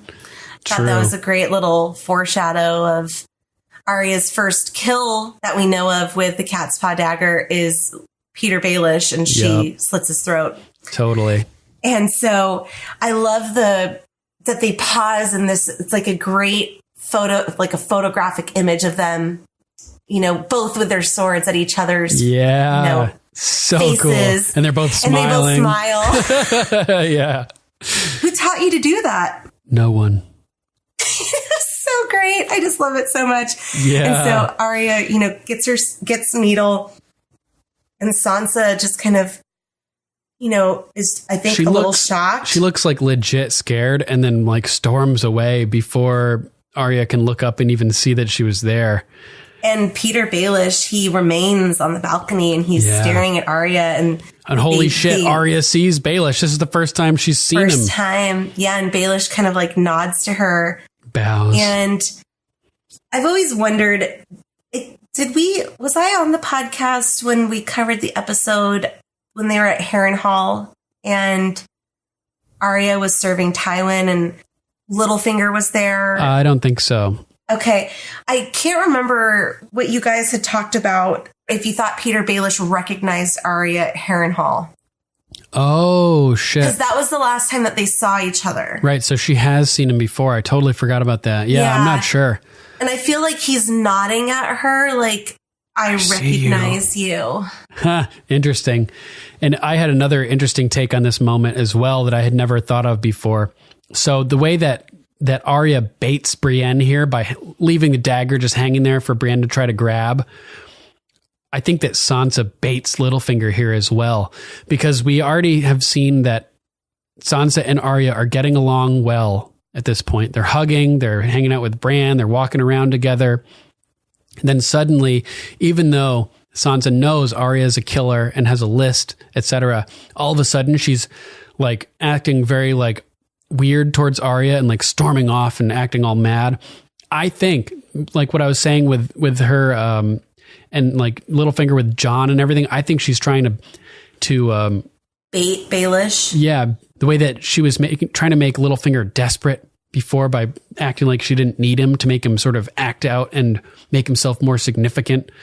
Give him kind of an option to... Yeah, she makes it obvious that there's tension here with Arya. She's throwing the dog a bone. Yeah, exactly. And giving Littlefinger the idea that, I can try to, exaggerate this tension between the two of them and insert myself, So I think that she may be actually not freaked out here, but she's just baiting Littlefinger into taking action. I think she's genuinely shocked at Arya's skill set and totally agree with you that she's using that to bait Baelish. I agree. Yeah, I think so. And that makes it cool. It creates like a sort of symmetric thing where both of the Stark women here are baiting people and getting them in the position that they want them to be in.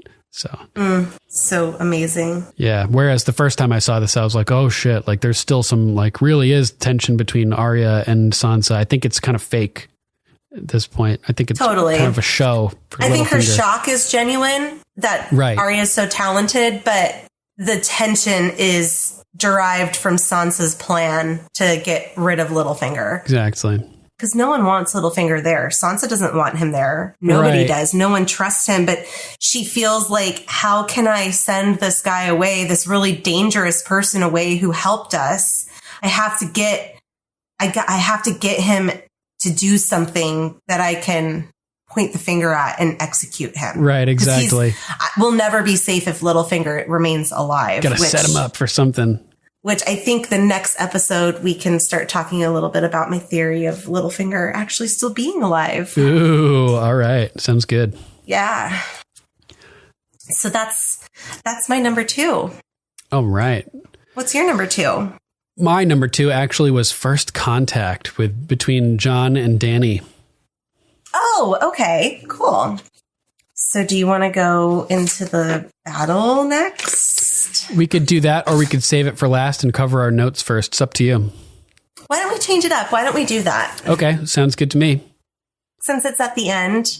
Let's start off at a random place with notes where Jon and Davos are walking along outside of Dragonstone, and they come upon Missandei. Okay, But cool. First, they're talking amongst each other. And Davos is asking Jon, this is after the Dragonglass cave scene. He's like, what do you think of her? And Jon, he's like, who? It's like, you know who I'm talking about. I'm talking about Dany. What do you think about Dany, Jon? Come on. She has a good heart. Right. It sort of reminded me of the interaction that he had with Sam, where Sam's like, what was she like? And she was... What does he say? He says something stupid, and Sam's like, "Oh, she had red hair." Right. Sam's like, "How big were her feet?"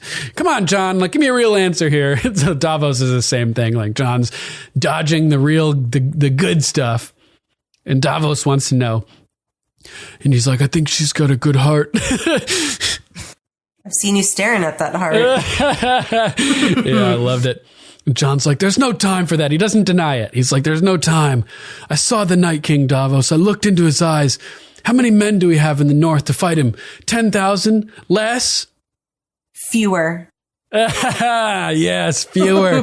Gotta love that, right? And Jon's like, what? And Davos just keeps going with the conversation. He doesn't even it's such a great harken back to Stannis.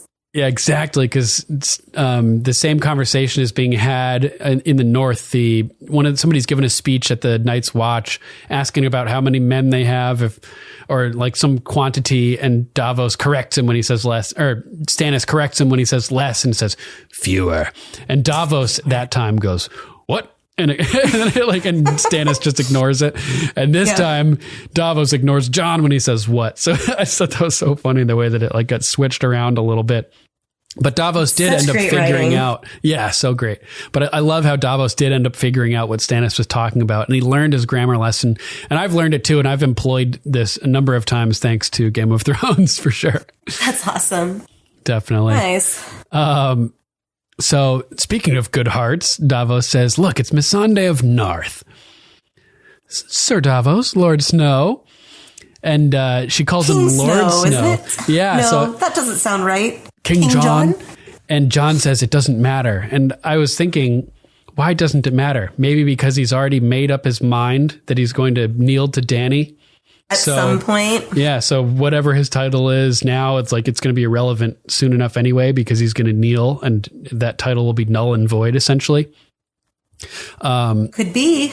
Yeah. Cause then the scene immediately after this, where he says it doesn't matter, he calls her the queen to Theon too. So, oh, okay. Yeah, so that was part of my logic when I was wondering that at the time. Got it. That makes more sense. Right. So they start asking each other questions and talking. It's kind of cool seeing these characters get a chance to sort of relate to each other and learn a little bit about each other after having spent their whole entirety of the show up to this point on different continents, totally different life experiences.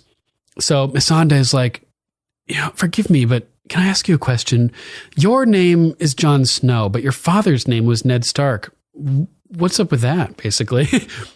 And I'm a bastard. Yeah, I'm a bastard. How many times? I love that his facial expression when he says it. He doesn't want to say that word. Yeah, he hates it, and he says such a bad word for him. Yeah, I wonder how many times he said "I'm a bastard" throughout this show. There's so many times. It's hilarious. He's like, my mother and father weren't married. He explains the concept of a bastard to her. And Davos asks her if that's something that they do in Narth. And she's like, no, actually in Narth, we don't have marriage at all. So the concept of a bastard doesn't exist. And I loved Davos's his response. He's like, oh, that sounds liberating, and looks over at Jon. And I'm just thinking, like, man, imagine if there was no such thing as Jon, or as bastards in Westeros, and Jon wouldn't have had this whole complex theoretically and stuff like that. It's kind of funny. That sounds pretty liberating, Davos says. Yeah. So Jon starts asking questions. They sort of decide, like I mentioned before, take Tyrion up on his idea of asking Dany's followers who are on Dragonstone, like, why they follow her. So Jon's like, why'd you leave your homeland? And Davos is like, if I may, how did a slave girl come to advise Dany? And she goes on to her... She bought me from my master and set me free. Yeah, but that was good of her, right? But you're serving her now, so what's up with that, right? And she's like, I serve her because I want to, because I believe in her and I chose her. And Jon has a great question. He's like, and if you wanted to sail home to Narth tomorrow, then she would give me a ship and wish me good fortune. And Jon's like... You believe that? Yeah, he's like, for real? You think she actually would? And Missandei's like, I know it. All of us who came from Essos, we believe in her. She's not our queen because she's the daughter of some king we never knew. She's the queen we chose. And that mirrors what Lyanna Stark had said about Jon, like... He may be a bastard, but he's got Stark blood in his veins. He's the king in the north, and it also mirrors what Jon had just said about, or what Davos had just said about Jon when he met Dany last episode. That he's not king because he doesn't have a noble name. He's a bastard, and they chose him. Right. He doesn't have a birthright. He's a goddamn bastard. They chose him. So it's like, we're getting there's such parallels between these two characters.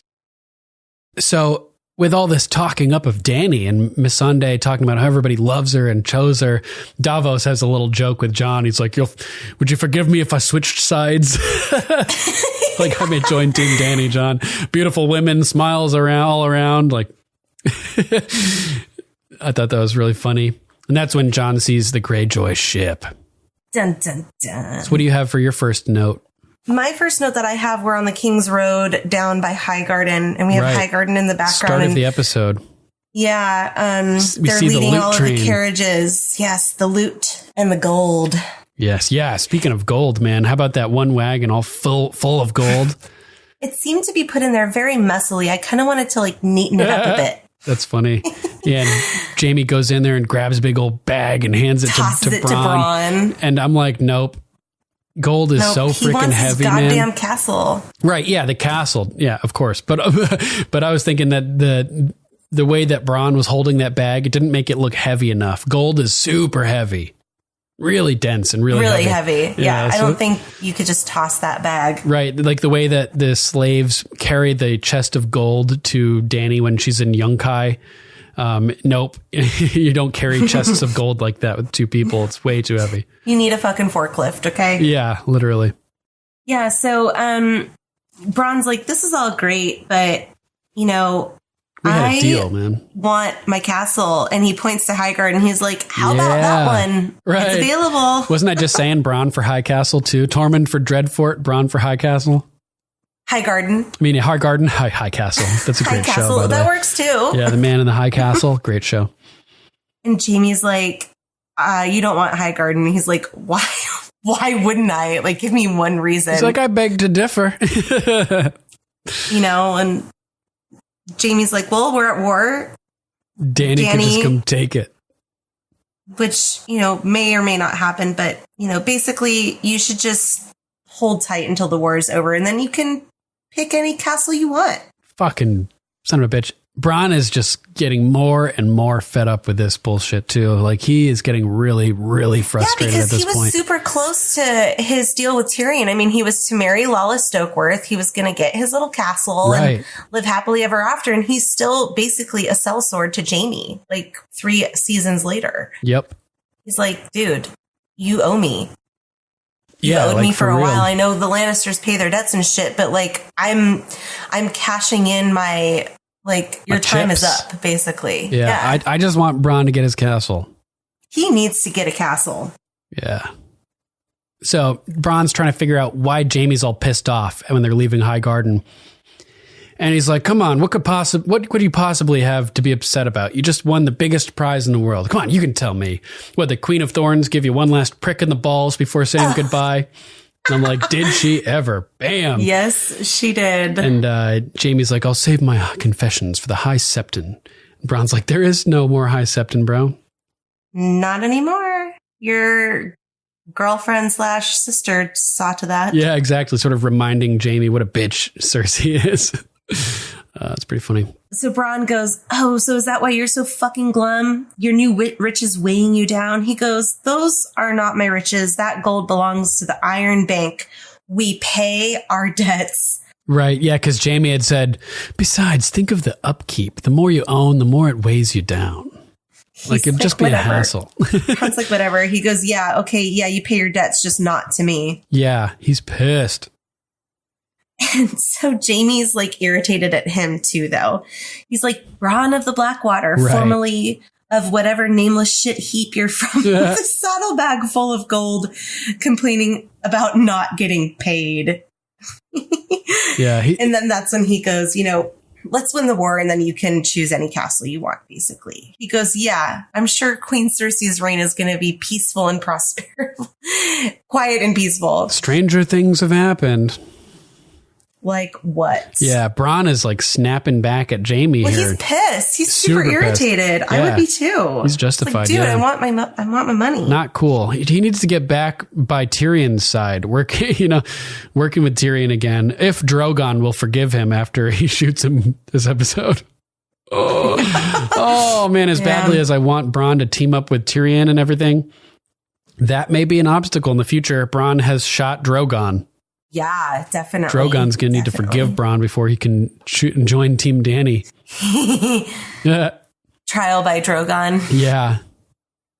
That's a good way. If the dragon sniffs you and eats you, then it's kind of like Unsullied.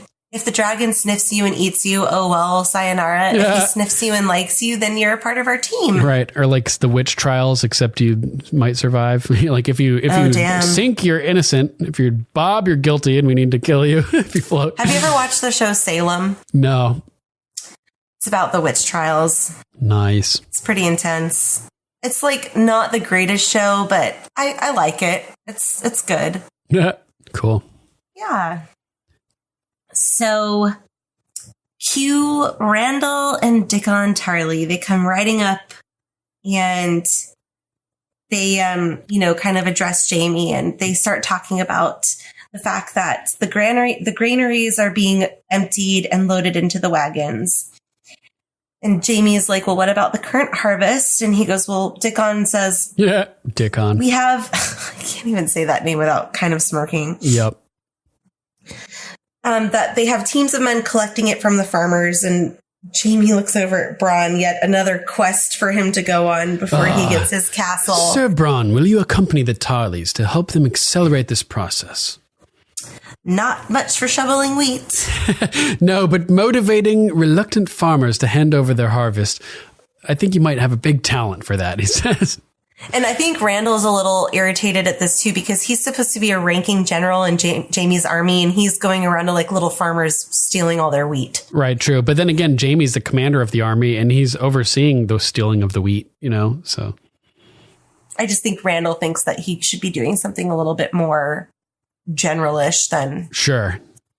Because he kind of like looks at Jaime and he goes, "My lord," and just rides off. Right. Like, and Dickon does it too. And then Bronn does it too. Like Bronn is so "My pissed. lord." So mad as he rides off. Cutting to the Red Keep council room with Cersei and Tycho Nestoris from the Iron Bank. Yes. Why don't you take it away? Sure. So Cersei's meeting with Tycho, and Tycho is impressed. She's been talking a big game, and it's about to pay off. And yes, she has. He's like, damn, I must say, honestly, I don't think the Iron Bank has ever had a debt like this of this size paid off in a single installment before. This is pretty nuts. He's like, I thought that Tywin was pretty cool and effective and efficient, but you're like redefining those words. We're going to need to call the Bravosi Dictionary Company and have this changed. And Cersei's like, you're too kind. And he's like, no, I'm not. I'm not kind. And I'm not a lord, because she calls him my lord. He's like, I'm merely an instrument of the institution I represent. And that sort of gave me like Faceless Man vibes, because that's like sort of the way no one is, for the many-faced god. They're just sort of instruments of the god. And these are both like Bravosi institutions, right? The Faceless Man and the Iron Bank. So there's often people wonder if there's like a connection. Oh, yeah. It makes sense. The Iron Bank could be sending faceless men all around the world to help them get their debts back. Get their debts, yeah. Like if they use the Golden Company, like we learned, to have debts paid, then they would probably use faceless men, any option at their disposal. And if they have mad money, that's what faceless men, like they like that type of shit, right? They can be bought, I think. Right? Because there's some conversation at some point where somebody talks about hiring a faceless man and they're like, oh, it'd be too expensive. Oh, yeah. So they may fund faceless men to collect. Yeah, exactly. I like that theory. Yeah. So he's like, this is crazy. Like the current math of our situation is like really good.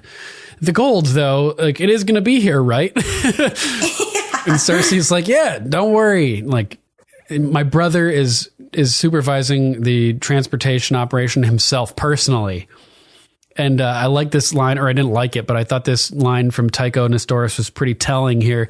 He's like, some at the Iron Bank will be disappointed. They've grown rather fond of your interest payments. And that sounds about right. The bankers love putting you in debt. The more debt, the better, basically, because you are just owned by them. The more money they make. Yeah. So I'm like, that sounds about right. And Cersei's like, well, we must devise a new way to raise their spirits again. Obviously, meaning we're going to need some capital coming up here. Hey, we're going to pay you, and then we're going to take a loan out 10 seconds later. Yeah. She's like, I have only one goal right now, and that's reestablishing control over this whole continent and every person on it. And I thought that was important too. She's such a control freak, and she always has been. Mm-hmm. Like the way she was bossing around her friend in the woods, going to see the Woods Witch and everything, and just the way she talks about wanting to control everybody here, wanting to control every person on the continent. She's just such a control freak, man. It's horrible. Tycho's like, well, I do see quite a great deal of potential in this whole operation, and I imagine you'll need funding. She's like, I will. I need to expand my armies, my navies. Qyburn has made overtures to the Golden Company in Essos, and I think this may be the first time she refers to Qyburn as her hand. She outright says here, my hand, Qyburn. And this is when Tycho's like, the Golden Company, they've helped us before in recovering significant sums from parties who have fallen into deep arrears. He said arrears. I thought that was an interesting word. I don't remember having heard that before. Have you? No, I don't think so. Yeah, so that was kind of cool. And I thought this would make kind of an interesting little like spin-off mini-series, the Golden Company collecting debts for the Iron Bank. That would be cool, right? Yeah. Following them around, like the exploits of the top-tier sell swords of the Golden Company. That'd be sweet. Bitter Steel, see what his ancestors are up to. So Cersei's like, perfect, because I have some things I'd like to get back that belong to me as well. And she can count on the Iron Bank's support as soon as the gold arrives, Tycho says. So I thought this was funny. This line early on in the episode here, rest assured, Your Grace, you can count on the Iron Bank's support.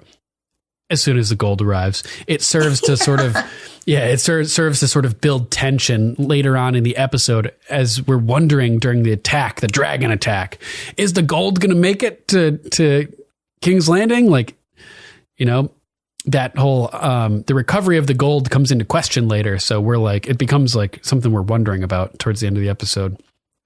Yeah. We do learn, though, that they do recover all the gold, unfortunately, They do. Yeah. The gold is safely in the Red Key, or in King's Landing before Dany strikes. Yep. Among the first of the carriages in the loot train, apparently.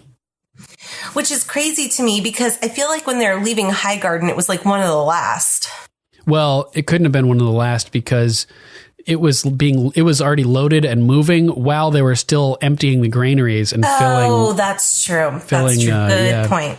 And they hadn't received anything from the neighboring areas yet for the farms of the local people. That's right. So yeah, that's it for that note. What's your next note? Mira, yeah. Nice. So Baelish, we cut off. This was my number 4 and your number 3, right? Something like that. Okay. So as Baelish leaves, Mira enters and she immediately, I love this so much. She immediately notices his chair. Yeah. She's like, where was that when I was carrying you around? Dragging you through the north. Oh my God. Yeah. She could have used some skis. That's a great idea. I wish I would have thought of that months and months and months ago. Right. That's hilarious. And I didn't even think about it on that level that she's like, God damn it. I could have used that tech a couple weeks ago. It was literally the first thing she noticed. She's like, God damn, I could have used that. I'm like, I was just thinking about it as like, oh, cool, newfangled tech. Oh, that's pretty sweet. Like I was just thinking like, cool, we're seeing technology developed in the story, you know? Oh, how funny. I took it as like, where was that when I was dragging you over the north? Your interpretation is much more poignant for sure. Because then she goes, it's a very good idea. Right. Like, I wish I would have thought about it myself. Yup. So funny. So Bran asks, you're leaving? And she goes, I really don't want to leave you, but when they come, I need to be with my family.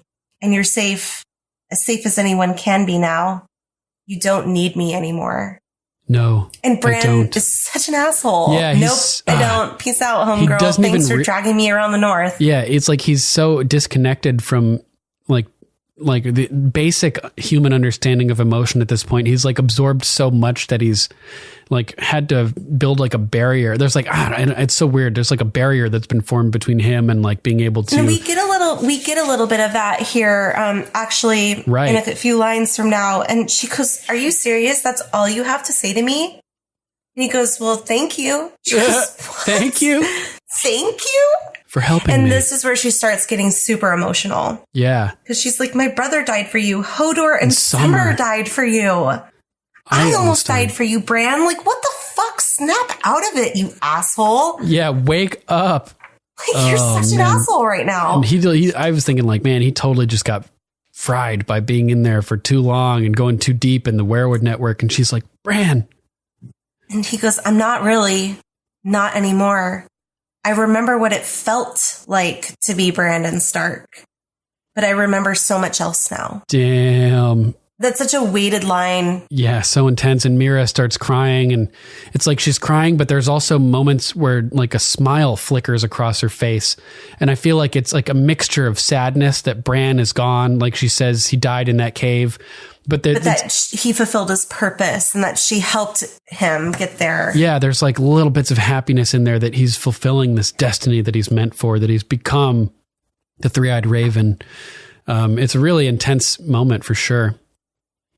Got to feel bad for Mira, right? After everything, and she can't like get him to relate to her on an emotional level, to understand her or show the appreciation that she deserves.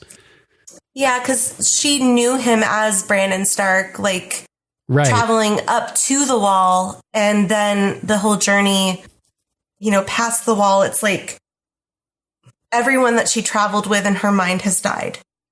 For what? Bran did fulfill his purpose of becoming the Three-Eyed Raven. I think she feels terribly alone. But he hasn't like done anything yet with it either. So it's like at this point, like there's been nothing resulting from becoming the Three-Eyed Raven. So she's like, what was it all even for? Maybe it won't even mean anything.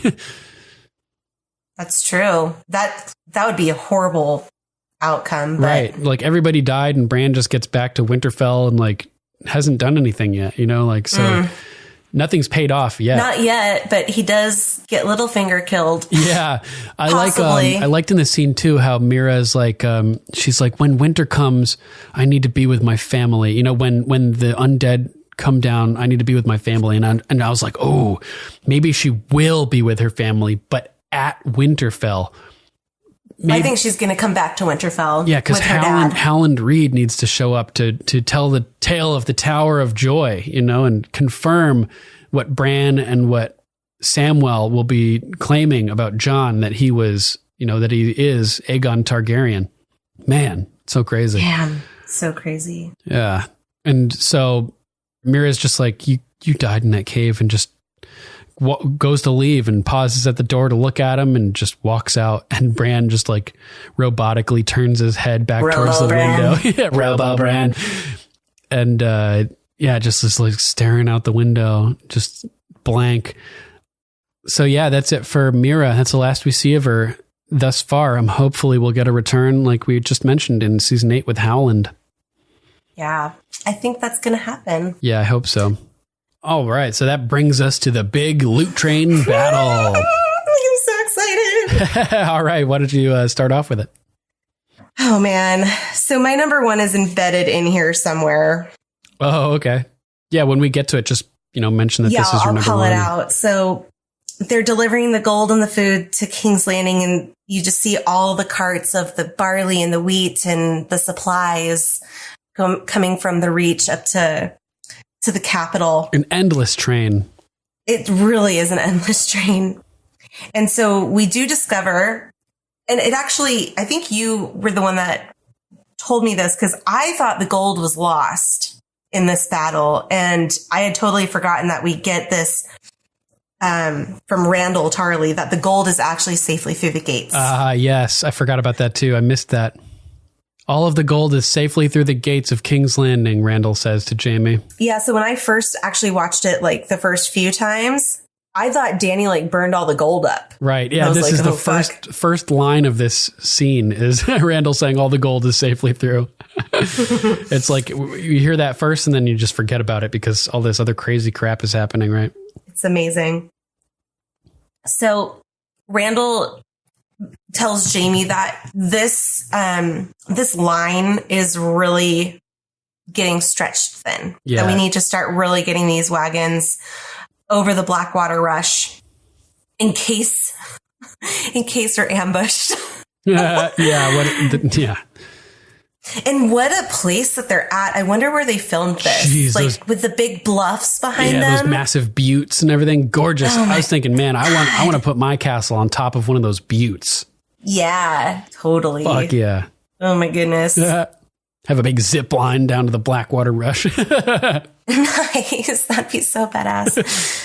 I was thinking like build a staircase in the mountain going up to the castle. That'd be sick. Kind of like the Bloody Gate. I built a castle like that in Minecraft with a staircase going through the mountain.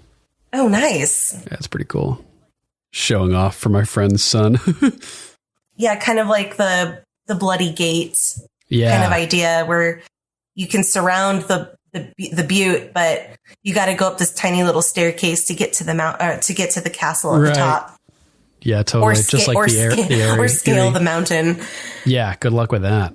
Yeah, so Jaime agrees with him that they're stretched thin, and Randall suggests that we should flog the stragglers. Jaime's like, come on, like let's at least give him some, a heads up first. Give him a chance to speed up without that, because these guys fought well for us, just like yesterday. So we don't want to beat them mercilessly for being tired after having destroyed our enemies, right? Yeah, and Randall again is kind of irritated at Jaime. Yeah, he's such a dick. I'm supposed to be your general, and you're not listening to what I have to say, and he just kind of turns and rides off, and like Bronn and Jaime, they kind of exchange glances like, what the fuck? Right. Like, flogging stragglers. Okay. Moving on. So Dickon sees Jaime and starts a conversation, and very, Jaime again, Dickon goes for Jaime and Jaime calls him Rickon again. Yep. Screws up his name again. And Dickon corrects him and Bran just starts busting up laughing. Just dying laughing. Openly laughing in Dickon's face. It's such like a meta joke too, because it's like it's referencing how all of the viewers of the show think Dickon is like a ridiculous name. You know what I mean? So it's it's totally so a meta joke. It's great. So Jaime says, I heard that you fought really bravely at Highgarden. Was it your first battle? And he goes, yep, it was my first battle. And it was glorious. Yeah, he kind of like looks around and he's like, just says the line like Sansa, like, I'm loyal to my precious King Joffrey. Exactly. It's like the young men are supposed to love battle, and it's supposed to be like this experience that they'll never forget and that they should love, and just powerful and glorious. It was a perfect word for it. Yeah, that's what like Randall's all about too. The glory of battle and combat and everything. So it's exactly what you'd expect Dickon Tarly to say.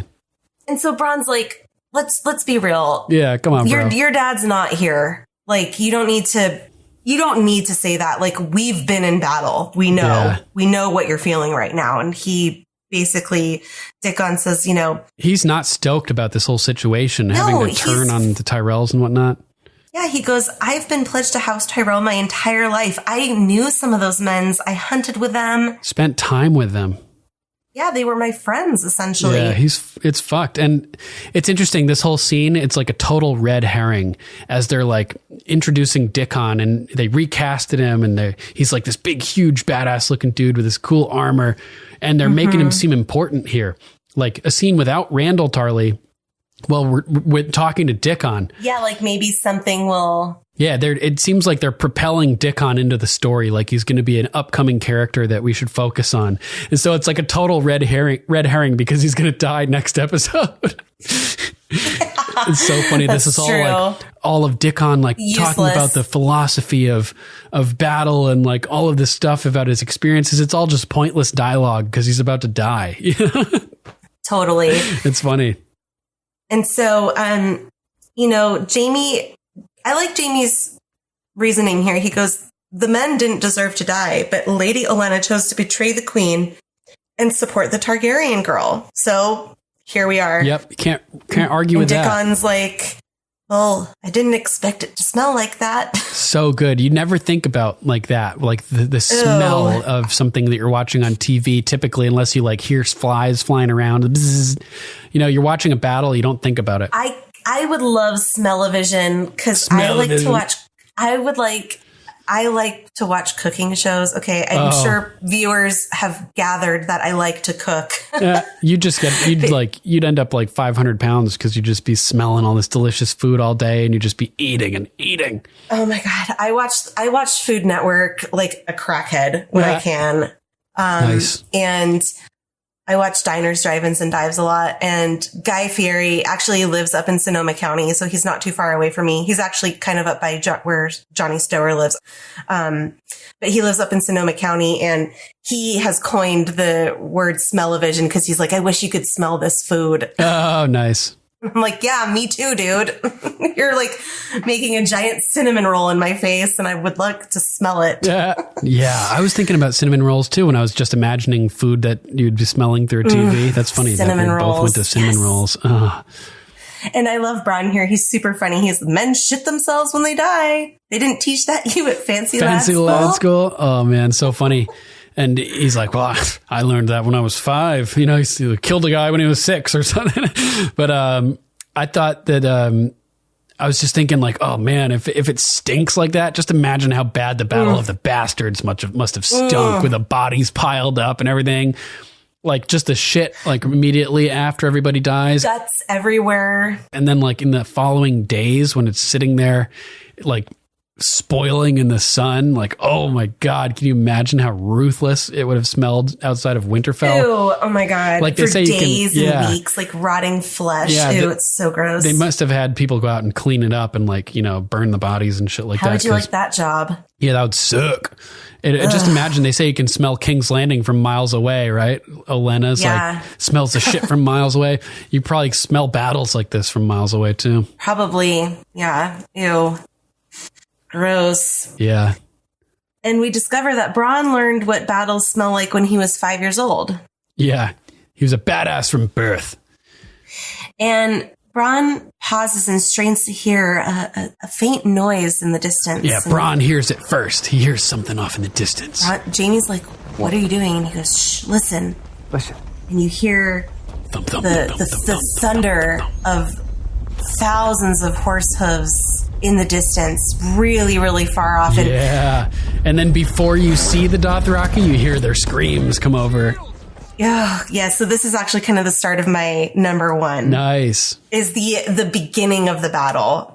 And like you said, we start hearing high-pitched war cries and shrieking, and I instantly knew the Dothraki are coming. Yeah. Oh my God. And they start... Jamie hears it too, and the look on his face is like, fuck, we're fucked, we're so fucked, we're spread super thin. Randall nailed it, like, if we get ambushed right now, we're fucked. So he starts taking off, and he starts yelling, spears and shields, because they know that these are horses coming up. So they kind of form what was really similar to the Battle of the Bastards, like this wall of shields with spears sticking out of it. Right, a phalanx, a Greek phalanx. A phalanx, okay, that's what it's called. Cool. So men start kind of running and arming themselves, and Bronn starts yelling orders to get in line. And they're riding the horses along the line, making sure that everybody knows to get ready. Arm up. This is, know, they're ready for battle. They think that this is just going to be a battle. They're ready to go. They know what they need to do. They've had their orders. The archers shoot the arrows. The spear people do the spears, and the shield people are kind of the wall, if you will. Yep. And then all of a sudden, the screaming starts getting closer, and on the horizon, we see spreading wide as far as the eye can see, these little tiny dots of like little black dollops and of brown daisy and white, little dollops across. And oh my God, I remember watching this the first time, and I looked over at Dave, and I was like, yes, oh my God. And I had like goosebumps all over, all the hair on my body was like standing up. I said, this is going to be so seeing the Dothraki badass. in battle, and Jamie can't believe this shit. He's looking over the hill like, what the fuck? What is that? We're almost home, and God damn it. He looks so mad. And so they start riding over the hill, and they're doing their war cries, and,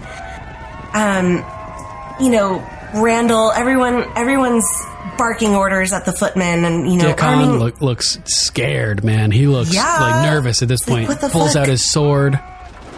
This is not how traditional fighting goes. Like, they don't hear these like war cries, so I think they're just like waiting to see kind of like what this is and who it is. Right. And Jamie had talked about Dothraki before. He's like, oh, we don't like. He didn't think that the Dothraki would be a big threat or something. Like, I remember.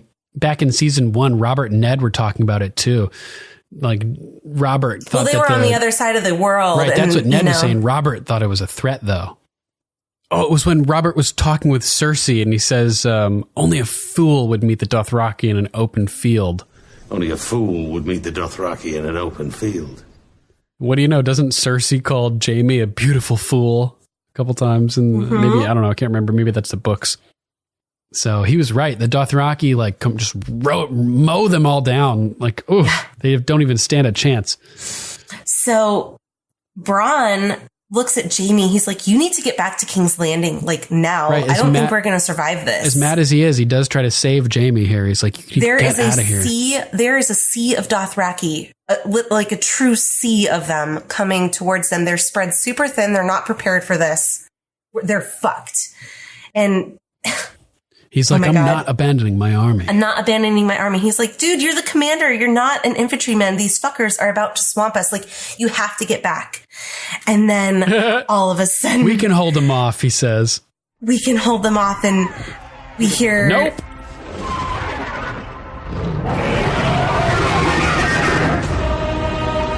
The screech of a dragon. Oh, man. Oh, my God. Justin he was such a little baby, and we were watching this, you know, as it aired. And so he's like asleep in his bedroom, which is literally right next to our living room. And we had it on like kind of low because Game of Thrones can get really loud. Sure. And I was like, turn it up. Yeah. And the look on Jaime's face. Oh my God, when that dragon swoops down out of the clouds. Out of the clouds comes this ginormous dragon flying over the Dothraki. The Holy wingspan, fuck. I mean, hundreds of horses wide. Just, I don't know hundreds, but many, many, many horses wide. Comes swooping in. And the look on Jaime's face is like, holy fuck. Wonder and dread and just amazement. What the fuck are my eyes seeing? Yeah. And Dany looks fucking furious too, riding on Drogon's back. Fuck some shit up. She looks so mad, and this is like the most mad we've ever heard her say Dracarys. Dracarys, and we get the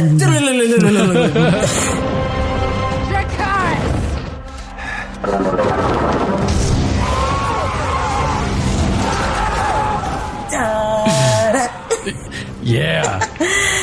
And the Lannister soldiers just go up in flames and they start screaming. Everyone's in shock.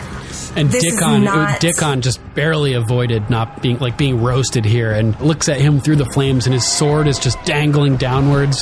His jaw is dangling downwards too. It kind of reminds me of like an extreme version of like tic-tac-toe because of the way like the fire lines just like go straight. They don't really expand. Oh, right. Like It's like Drogon's napalm. fire, it's like a single line, and so it's like you kind of like have to. She was like making like these long lines, streaks like the Nazca lines. Yeah, you could be like on either side of this fire line and survive, but the people like right down the center, you're just incinerated. Like literally turn to ash almost immediately, blowing away in the wind. Oh yeah, we get that a little later on in the battle, and Jaime like looks away. So epic.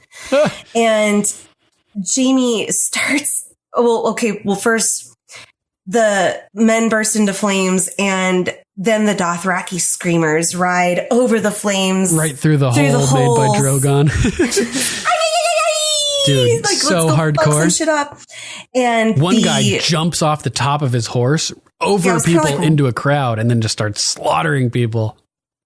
And and so Jaime's screaming, hold the line. It's like, fuck, run. What are you doing? Like, run for safety. Jesus. You guys are not going to be able to stop this dragon at all. And then the main force of the Dothraki, they crash into the wall of shields, and so the horses intense. are all starting to be impaled. And oh my God. Fuck. Just a clashing of like the horses running down these people and just smashing through the walls of shields, and just people flying everywhere, and horses flying, and horse gets, like you said, impaled and flips backwards over onto the rider and just crushes him, and like, oh man. And the Lannister archers are firing arrows into the Dothraki, and people are falling all over the place. It was very similar to the crash of Battle of the Bastards when both cavalry kind of like hit each other around Jon Snow. Totally. Not as intense because it's a moving army against a standing still army. Right. So it had like a little bit of a different dynamic to it, but it still had that same vibe of just like clashing together. Full force. Just bang, bang. Things just bouncing off each other and colliding all over the place. I was seriously like standing up at this point. I was like, this shit is about to go crazy. This is going to be the most epic scene on the planet. And Dany kind of steers Drogon down the King's Road, and Drogon just destroys the loot train. Destroys all of the bushels of wheat and the carriages and anything that's... Why is she destroying the supplies and not the army? She needs to get rid of the people. She should be saving the supplies. I had that same question in my notes. Like, why are you doing that? She, in fact, like, she needs to just make future implications. Yeah, she should just make a display of force and then take the loot and the armies for her own army. You know what I mean? Yeah, and we have like carts exploding. The barrels are flying through the air, and Jaime is just like, he's just kind of shell shocked. Right. He like, he doesn't even know what to do. Like, how do you fight this? We've never seen the Dothraki fight before. We've never seen a fucking dragon before. Like, this is going really bad already, and we're like only 10 seconds into this battle. Right. He sort of snaps into it and starts calling the archers. Archers. And Dany rides up into the sky, rides way up into the sky, and she keeps doing this, like riding upwards and then just coming flying down and dive bombing just over and over. It's terrifying. It's so amazing. I love it so much. That was the end of my number one, by the way. Okay. Just the beginning of that whole scene. Nice. So yeah, Dany rides up into the sky and starts flying down, dive bombing the loot train. And Jaime's telling his archers to knock the arrows and draw them. And then he looses, he commands them to loose, and hundreds of arrows fly up into the sky all together, aiming at Drogon. And Dany sees them coming and sort of turns Drogon to swoop away, sort of, and the arrows just bounce right off him, having no effect whatsoever. I've noted that too. It's like, oh, so you're throwing sticks at a dragon? That's gonna... Yeah, you brought a pebble to a machine gun fight? Yes, exactly. And just no use, and just roasts a whole nother group of like, she was coming right at Jaime. He fired that volley of arrows, and Drogon turned a little bit and roasted a different group of soldiers. Jaime almost got roasted there. Oh, totally. And so Jaime turns to Bronn, and he's after seeing the arrows were useless, and he's like, Qyburn Scorpion is over there. And Bronn has had enough of being bossed around by Jaime. Yeah, he's like, go get it then. Like, fuck you. And Jaime pulls out his golden hand again, like, oh, I can't dig, I can't row. Remember that in Dorne? I can't shoot that either. One hand, man. He always has an excuse. Right, and Bronn's like, fuck me. And like, he kind of like rides off to go to the scorpion and handle it. And then Jaime draws his sword and rides off into battle with his horse, spurring his him white on. Steed. Yeah. And you hear this now, you hear hints of the rains of Castamere coming into the music. I noted that too. It's like a mix of Dany's dragon music with rains of Castamere. Get a few lines. And that's from the Rains. first time we've had that combination of score. And a Dothraki focuses in on Jaime and starts riding towards him, and he's got two of his Arrax, and he's attacking Jaime, and Jaime gets overpowered with his one sword in his left hand, and the guy's pressing down his Arrax on the sword, like forcing the blade towards Jaime's neck, and then suddenly a sword busts through the guy's chest, and Dickon saves Jaime's ass. Dickon stabbed that guy through the back and saved Jaime. Oh, before we go too far, one thing I'm sorry, I'm backtracking just a little bit back into my number one. There's just so much going on in this battle, and it's hard, like my notes are kind of all over the place, but we get a shot of the Dothraki archers. Oh yeah, and they're like standing on their horses. Oh, it's so sick. We get this back in season 1 when Maester Luwin is talking to Bran about shooting an arrow from a horse's back. That the Dothraki teach the young boys at a young age to shoot arrows from a horse's back. So I love that we got that here. Right. This is a little different though. They're standing.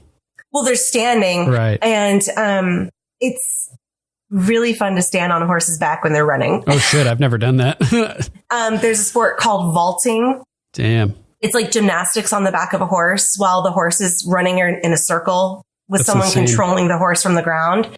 And I was never a vaulter, but we practiced it. We had fun with it. My horse had a really wide back and was really calm. So we would stand on his back all the time and run around, but nothing like this. So I have major respect for if these are true riders doing this, major respect for what they're doing. Totally. I mean, it's really, really cool. So anyways, I digress.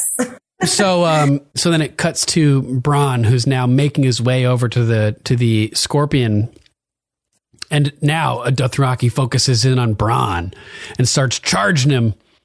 And Bronn reaches back behind his back, just like he did when he was facing off with the Hound in the bar before the Battle of Blackwater Bay, reaches for his kukri. And just like Dario Naharis did, where he threw the kukri at the horse to kill Meereen's champion when Dany arrived at Meereen, Bronn employs the same move, maybe they're brothers, and whips his kukri from behind his back to try to take out this guy on the horse. But he deflects the blade flying at him with his arak, and Bronn's like, fuck, pulls out his sword. And they're charging at each other, about to clash, and the Dothraki guy dangles to the side off of the right side of his horse, super down low, and uses his arak and just slices Bronn's horse's leg off. Oh, I hate that. I hate hearing that horse scream. I know. So bad. And Bronn goes tumbling off the horse, and the horse is dying with no leg. And Bronn's bag of gold falls out and spills. And he's got to make a choice. Like, what is most important to him right now? Do I go for the gold or my life? Yeah. And he has to run. And there's this amazing shot following Bronn through the chaos and the battle and the smoke and the raging fighting. And the ashes everywhere and the embers. Yeah. Like, we get the embers again. And Bronn's eyeliner, I have to say, I'm quite jealous of his. He looks like a pirate, man. He does look like a pirate. He looks so badass in this scene. So cool. Great role. And so he's like ducking and dodging, and all of this stuff is going on. This one guy who's like on fire runs up to him and he like pushes him away. Pushes him off. Yeah, yes. He grabs a sword that's sticking out of another guy and starts cutting people down.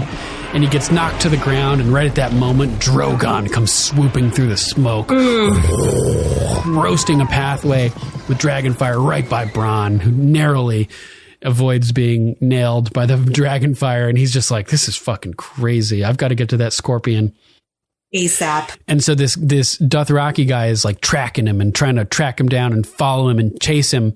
And he sees Bronn run over to this tent and go inside. So he jumps up on the platform and opens up the curtains of the tent, and Bronn's standing there behind the Scorpion, which is aimed right at him. And he just unleashes that big ass spear bolt. And it just impales this guy and launches him back into another tent. It's just like that guy on top of the wall when he gets hit with a giant's arrow, goes flying through the air. Same type Whistling thing. through the air. Yeah. So he just nails this guy with the Scorpion bolt. And then he hits some lever or something, and the tent just like collapses around. And it's like cool device contraption that whole thing is. So cool. And I found it very interesting. They had the Scorpion with them. Yeah. It's not in the Red Keep anymore. It's being deployed out for these missions. And I'm sure there's dozens more of these things being made, but this is really nice. Like, it swivels and it gets all these different angles, and like Qyburn did a really good job designing this thing, right? Truly. Definitely. Yeah. So Bronn he's doing his thing here. He's getting it all set up, and he's looking around trying to find find Drogon. Where is you, motherfucker? Where is this bastard? And there are these two big cogs with like these levers sticking out, and he's pulling on them, getting the next arrow loaded up, and the string drawn. It must take a lot of force to launch something that big, that far, that fast, you know? So yeah, he has like those big wheels that he has to turn to like. That's what I was talking about. He's like cranking them, and so he's looking up and he's trying to line up a shot, and he's like, where are you? And Drogon's flying all around. And at this point, Tyrion walks up to the edge of the battlefield overlooking a crest with some Dothraki guards, and he sees the madness unfolding, and he sees Drogon just lighting up people and flying around, and just massive flame, like a giant flamethrower just cruising all around. He can see the Lannisters being slaughtered, his people's army, you know, his family's army. And the Dothraki guy is like, your people can't fight in Dothraki. And Tyrion is watching the carnage in shock. And a sad version of Reigns of Castamere is playing as Tyrion is looking devastated, kind of watching the Lannister army being destroyed. And I'm thinking, sees Jaime. Yeah, well, not quite yet, but I'm thinking, man, is he having second thoughts about backing Dany at this moment? Oh, damn. You know, like he's seeing his family's army being destroyed and like witnessing the horror of the dragon fire, essentially. So, like, we're seeing all of this chaos. Jaime, now we're seeing from his perspective down on the battlefield, and all of this just madness around him. People are pulling off their helmets, and it's like RoboCop after that guy gets dunked in acid. They're just like faces are melting all over the place, and they're like trying to crawl to the river to cool off. And they're ripping their helmets off, and their faces are all burned to shit. Yeah, exactly. And Drogon and Dany are flying now over the river, super low, and we're getting that like hydrofoil, like that effect on the surface of the water as the air hits it in his wake. That's one of my favorite scenes. So cool. It's like, oh my God. Yeah, we get that with X-Wings in Star Wars too. We also, we get it kind of from an aerial shot where we see Drogon fly over the camera angle and the water kind of splitting, but then we get another angle facing Drogon. And it's so cool. Oh my God. Amazing. It like creates like straight up wake, like a boat would. Yeah, exactly. You know? And like all these angles of the camera with Dany riding Drogon are all fantastic in this scene. Like the view of Drogon flying, and we see what he's looking at in front of him as he approaches it. And you see the little tendrils on his back, like waving through the air as the air rushes past. That. So cool. And they fly near Jaime, and Jaime's like, take cover, like telling he basically sees at this point. I think he's finally realizing in this moment, like watching this destruction, that the battle is over. Was lost before it even started. Began.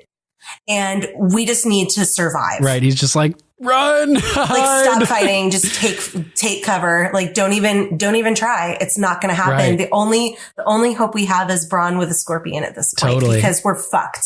And Drogon flies right past him and just roasts all these people right near him. And it cuts to another angle, and the wind blows, and we see them just disintegrating. Isn't it the wind that Drogon is creating that blows the people's ashes? Yeah, probably. He I think it is. I think it's like the swoop of his wing that does it. Oh my God, it's so insane. Blows these people into the wind, essentially. Yeah, the people in the center of his blast are just like instantly incinerated and turned to ash, just frozen in position. And then, the burst of air from his wings, and they just explode into nothing and just disintegrate. It's so crazy. And so it cuts back to Bronn, and he's trying to find a good shot on Drogon still. And he sees him flying down towards the army, and Drogon's just dive bombing again. And he's like, there he is. And he pulls that lever and launches a bolt. And Daenerys is riding, and it just sails right past Drogon's shoulder. What the fuck was that? Yeah. And she's like, oh shit. And he's scrambling to reload, and he's looking super badass as that thing is like, the scorpion's like swinging around, and he's like swinging with it. And he's like his eyeliner, like you said, he looks like a pirate with his like leather on and just the smoke in the background. And he just looks so rugged, super badass with his wicked weapon. He always gets to use the cool weapons, like the fire arrow to set the Blackwater ablaze, or here getting to use the scorpion. He gets like the crazy job. Honorary weapons positions. Yeah. And so he's reloading, and Dany and Drogon circle around again and start to dive. And he's like, come on, you fucker. And it cuts to Dany, and she's like, Dracarys. And right as he's about to shoot fire again, Bronn pulls the trigger and launches an arrow in this massive spear. And Drogon is hits him right in the shoulder. Oh, that sound. Ugh. He screeches and starts barrel rolling through the air. And Dany is like, no. Yeah. I thought he died. When I first watched it, I was like, oh my God, like, how is Dany going to survive this? Yeah. And she could have died too. And Tyrion is watching from the cliffside. He's like, oh my God, he gasps. And I gasp. And Drogon is barrel rolling. The whole world's heart skipped a beat. Totally. Drogon's barrel rolling through the air, and it cuts to Dany's perspective, and she's just gripping for dear life, and like holding you said, on. like his little scales, they're going even faster now because he's kind of like nose diving, if you will, down to the earth. Oh man, and he regains his composure after like taking a second to get his shit together and starts flapping his wings again. He's still strong enough, even though that thing is still stuck in him, that big ass bolt. And he's flapping his wings, and he comes to a hover right by where that fucking scorpion is. And he's Danny's so mad. Even he's more like, pissed than before. Yeah, and he sees that thing that just wounded him, and he's like, fuck you, and launches fire at it, and just fucking roasts the scorpion. And Bronn dives away. And Drogon, he's so lucky to have not been roasted there. Right. Drogon took his anger out on the scorpion instead of the guy operating it, saving Bronn's life. And Drogon lands to the ground, hurt. And he's like, "Urgh," and like looks back at the scorpion. Whacks the scorpion with his tail. Finishing he's like, the job. Smashes it like, "Fuck you." And Dany instinctively dismounts to pull out the spear like she did to help her right, child. just like at Daznak's pit where she had to pull the spear out from him and help him there. And she climbs down. Deep. Yeah, it is. She's having trouble. Yeah, and I'm just thinking, oh my God, like you knew you were entering battle and you didn't have any fucking armor built for yourself or anything. Like she's got nothing on, like a regular old jacket. No helmet, fucking helm. No plate. No mail. Not even leather. Not even leather. And she's pulling out this thing, just a sitting duck. And Jaime sees her climb down and sees the spear sticking out of Drogon. And he's like a football field away, just watching. And he looks down and sees a spear sticking out of a dead guy on the field next to him. And Tyrion is watching all of this from the bluff. He's like, oh my God, don't do it. Yeah, he knows what Jaime's going to do even before Jaime puts it together, right? He's like, flee, you idiot. And oh my God, he doesn't want to see his brother die. Right. I think that if Jaime died here, Tyrion may have fallen out with Daenerys. I think it would be too much. So? I think it may be too much may have been too much if Jaime died here. I don't know. Because he's already seems to be conflicted, you know? She's like, flee, you idiot. And this is the moment of truth as Jaime accepts his fate and knows what he must attempt to do. He puts it all in the line here in a Hail Mary to try to end the war in one fell swoop. Taking his jousting experience from the tourneys of his day and makeshifting a joust with a spear that he picks up. He rides forward and come on, boy. Yeah, grabs the spear and swings it around in one motion with his left hand and gets it into a position pointing forward. And that must feel awkward for him because I'm sure he's never practiced jousting with his left hand before. Yeah. It reminds me of the story of the Checky lion, the little lion, I believe. Are you familiar with this? No, I'm not. So Jaime, the golden lion here, the white lion, charging towards Drogon in an attempt to win the war, and even if it costs him his own life, it reminded me of the story that we learn in The Sworn Sword, the second tale of Dunk and Egg, a story about a guy named Sir Wilbert Osgrey, who is known as the Little Lion. He was a knight of the House Osgrey during the reign of Giles III, Gardener of Highgarden, before while the Seven Kingdoms were the Seven Kingdoms, you know what I mean? Before the conquest of Aegon. And he was the youngest of 5 brothers who earned the name the Little Lion in honor of the Checky lion sigil of House Osgrey. It's like a lion with checker pattern on it. And he ended up growing up to be a valiant knight. And when the King of the Reach was battling the Storm King in the east, the King of the Rock, Lancel IV Lannister, attempted to cut out a piece of the Reach for himself. Oh, damn. And it fell to the little lion, Wilbert, to stop him with his older brothers off in the east with the king. He was the only person left who had to try to stop this himself. And during the battle, as Lancel IV was trying to take over the Osgrey territory, basically, this area of the Reach, Wilbert, the little lion, came face to face with the King of the Rock. The king had a Valyrian steel sword, Bright Roar, the ancestral sword of House Lannister. and chopped the little lion to bits. But as Wilbert was dying, he drove his dagger deep into the gap in the king's armor and killed him. And the Westerlander army collapsed and the Reach was saved. So this figure, the little lion, put his life on the line and charged the opposing ruler in an attempt to end this conquest of his home area and saved the day. And like the little lion, now the white lion, Jaime Lannister, of a different family, but represented by a lion nonetheless, is trying to pull off a similar Hail Mary type sacrifice of himself to save the day. But right before he's able to do it, he's riding up on Drogon and getting closer and closer, and Tyrion's watching from the hill. You idiot. You fucking idiot. Fucking idiot. He's so mad. He can't bear to watch Jaime riding to his death here. It's certain doom. There's no way. Oh, there's no way this is going to happen. Yeah, and Dany hears him coming, the galloping of the hooves, and turns. She lets go of the spear and turns to see him. And she kind of steps back into Drogon, too. She kind of moves into his protection. Yeah, she leans back towards Drogon, and Drogon's long-ass neck comes curling around her and comes right in between Dany and Jaime. And it's like all of a sudden, from Jaime's perspective, this giant dragon face just fills his whole view. He's riding right into the mouth of the dragon. Yeah, and he opens up his mouth and you see the flames start to form in his throat.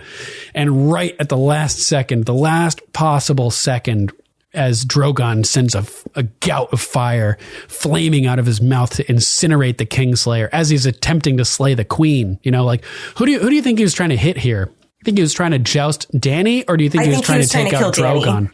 No, I think he was trying to kill Dany. Yeah, because there's no way he could kill Drogon. No, not with that small of a spear. If the scorpion spear that hit him already didn't take him out, right? That little pole isn't going to do shit. So this is at least his chance to take out Dany, the opposing queen. And right as is the last second, Drogon shoots fire and Bronn comes out of fucking nowhere and tackles Jaime off his horse, and both of their horses just get incinerated. They fall backwards. That's how much power comes out of Drogon's mouth. It's not just the fire; it's the force of the fire behind it. It knocks 2,000-pound animals off its feet. Jesus, yeah, and the force with which Bronn hit Jaime sends them both flying outwards into the middle of the fucking Blackwater Rush here, into the river. And Jaime's in full plate armor. Full plate armor.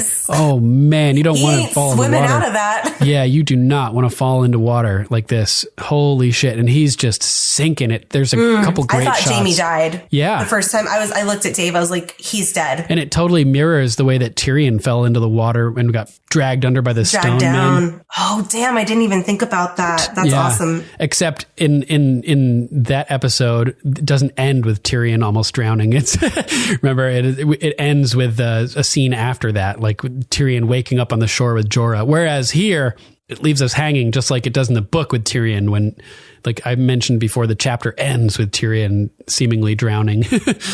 Oh yeah, that's right. And you guys didn't know, the book readers didn't know if he survived. So they splash into the water and we get a cool underwater shot of him and Bronn both splashing in. Yeah, sinking downwards. And then it cuts to another shot looking downwards at Jaime as he's sinking deeper and deeper alone into the murky, gloomy, dark, deep depths.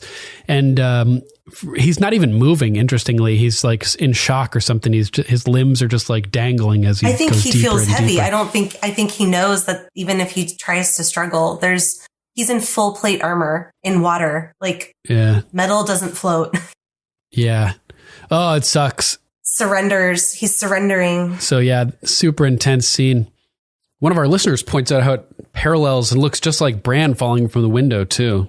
Good catch. Oh. And that's it. That's the end of the episode. We're left there to wonder. It's amazing though, how deep that river gets from right at the shore where he was to 2 feet in. It's so deep.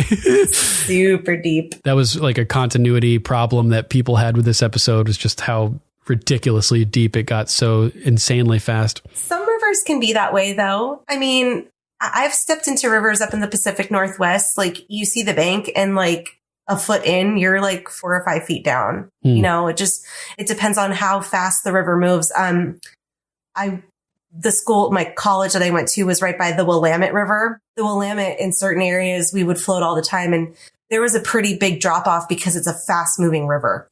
Right. So it just cuts out the ground. Lots of erosion. Yeah. Gotcha.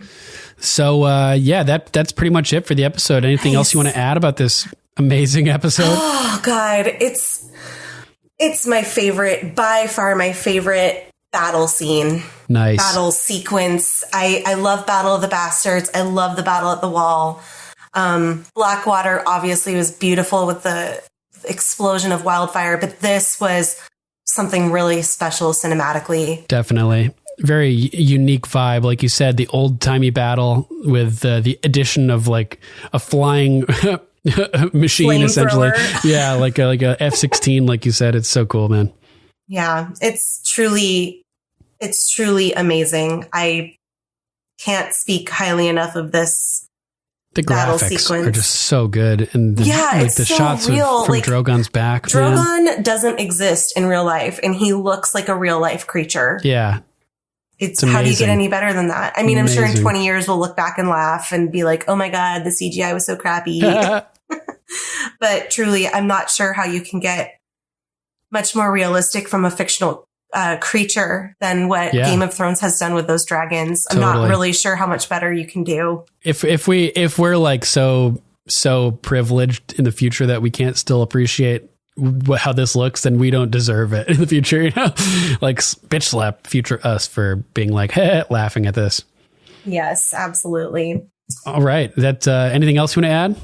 No. Yeah, I'm good. I think that pretty much wraps it up for me too. All right, guys, stick with us for a minute. We'll be right back after a short break.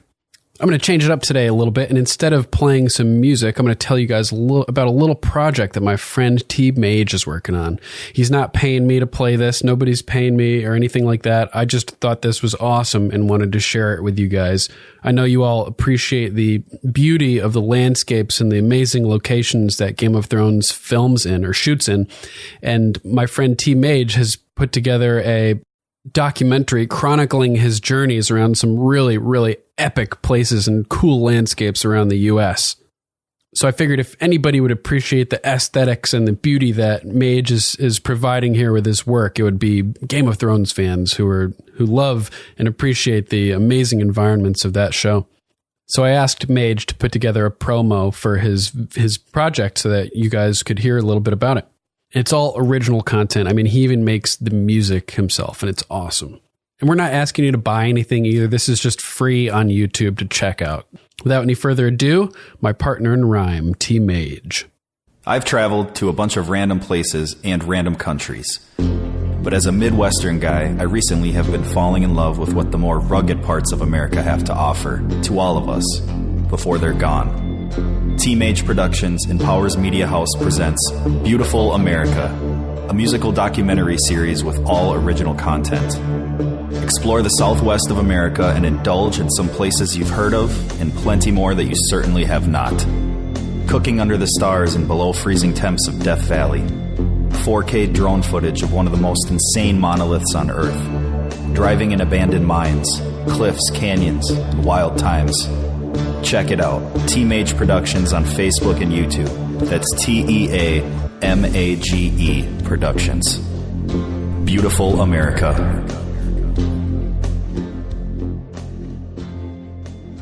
And we're back with Game of Thrones and Raven's Calls. We're going to skip news and history this week because the episodes are just getting so epic, and we're just trying to stay on track with the rewatch, finishing up before the premiere of season 8 and everything. So we're really just trying to cover the episodes in detail, and we'd rather cover the episode in detail than skimp on the epicness of the show. Yeah, totally.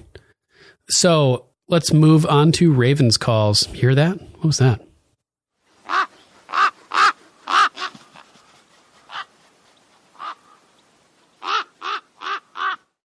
Sir Matthew of House Repp. Bran turns the cat's paw dagger over to Arya the same way Jaime gives Oathkeeper to Brienne. Such a fine weapon would be wasted on a cripple. Oh, great parallel. Yeah, I didn't even realize that. Bran probably wishes he had it north of the wall, though, when that White Walker was climbing all over him in that cart. Yeah, totally. Definitely. I love how nobody believes Arya when she talks about her list and wanting to kill Cersei. First, the Lannister soldiers laugh at her, and then Sansa. Sansa stops laughing after seeing Arya and Brienne spar in the courtyard. Nice. Mira obviously wanted Bran to ask her to stay and that he needed her. I hope we see her and her father next season, as Greywater Watch and the Crannogs in general are a natural choke point for any army invading the north. Yeah, maybe it won't be until they're forced south more that we end up running into Mira and Howland. Oh, that's true. Good point. Yeah, very good point. Cersei teases the introduction to the Golden Company. I truly hope we see the full extent of their army, including the war elephants in season 8. I don't know if Cersei should have trusted Euron with the contract and the payment. How do we know he didn't alter it to make the army loyal to him instead of Cersei? Ooh. Good question. And yeah, war elephants would be so cool. I want krakens, dragons, direwolves, war elephants, spiders, you name it. Ice spiders, yeah. Get it all. Direwolves. Exactly. Maybe even some grumpkins. And snarks. Yeah, fuck it. Lady Laurie of House Perkins. Man, oh man, what an episode. The Spoils of War is in my top 5 favorite episodes for sure. Oh yeah. I have affectionately nicknamed this episode the one where I forgot to breathe. That's awesome. Totally. Where does one even start with this episode? Let's start at Winterfell. Arya comes home. Yay. That shot of her on the hill overlooking Winterfell while the Stark theme played in the background gave me all the feels. All of them. 3 Stark children under one roof. Yes, finally. Mm-hmm. Littlefinger and Bran. Chaos is a ladder. Super creepy. Bran is the one thing that Littlefinger couldn't plan for. He couldn't see him coming. If he had been smart, he would have left Winterfell immediately after that. Yep. We'll get to that next episode. Stay tuned on that. Yeah. To this day, I'm not sure why he felt the need to give the cat's paw dagger to Bran. I'm interested to hear your thoughts on that. Yeah, I think it was just to get in his good graces because he thought he was Lord of Winterfell. Lord of Winterfell, yeah. Yeah. I can only speculate that it will come to mean something very important in the next season. Mira Reed was right. Bran died in that cave. He's no longer the Brandon Stark we all know and love. No emotion, no regret. She was so broken and beaten down, and all she needed was for Bran to feel with her, to acknowledge her mourning, and he couldn't. Ugh, that scene was so hard to watch. Totally. Yeah, it really was. She deserved better, you know? Definitely. More. They all did. Everyone that died for Bran deserved more in that moment. Yeah. The fight scene between Arya and Brienne is one of my favorite scenes of the entire show so far. They are 2 completely different women with 2 different fighting styles, and yet they matched up perfectly. Totally. I loved how the Faceless Man music started playing at the end, right after Arya's epic flip back up to her feet. Brienne and Arya are such badasses. Damn, I missed the music. I'll have to pay more attention to that next time. I do like what she says here is the juxtaposition between Arya and Brienne. Like Arya's super short and Brienne's super tall, and they have very different fighting styles, but their choreography was so well done. Amazingly done. Now moving on to the loot train battle. It was so intense and terrifying. Never before was I so torn on which side to root for. Yep, that's exactly how I felt too. Right. Tyrion and Dany against Bronn and Jaime. How can anyone choose a side with that group? I absolutely love the battle. I think that some people may think that it was kind of a cop-out that no major characters died in this episode. Oh, you think? I bet, right? That could be seen that way. Maybe like Bronn or someone, but he might have, we'll see. He might have an important role to play. Drogon lived, Tyrion lived, Dany lived, Jaime lived, Bronn lived. Yeah, everybody lived. Good.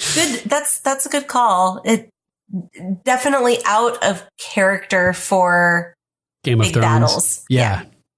I absolutely loved how the battle was fought from Jaime's point of view. It made us more empathetic towards him, when naturally we would have leaned more towards Dany. Good point. Good point. We see everything from the ground view of the Lannister team. Yeah. And Tyrion was seeing and feeling everything we as a viewer were seeing and feeling. It made the emotions of the battle all more complex. The music had such a cowboys versus Indians vibe. to it that it was really interesting and different. Ramin Djawadi also does the music for Westworld. Whoa. So no shock there. Yeah. Damn. He's Westworld busy. music is legit. It's super good. I'm sure. Different than Game of Thrones, but you can tell it's him. I got to watch Westworld. The man is a musical genius. I couldn't agree more. Yep. That shot of the Dothraki soldiers jumping on their horses in unison. Holy shit. So epic. So epic. Rachel, I'm so excited to hear your thoughts on the horses in this episode.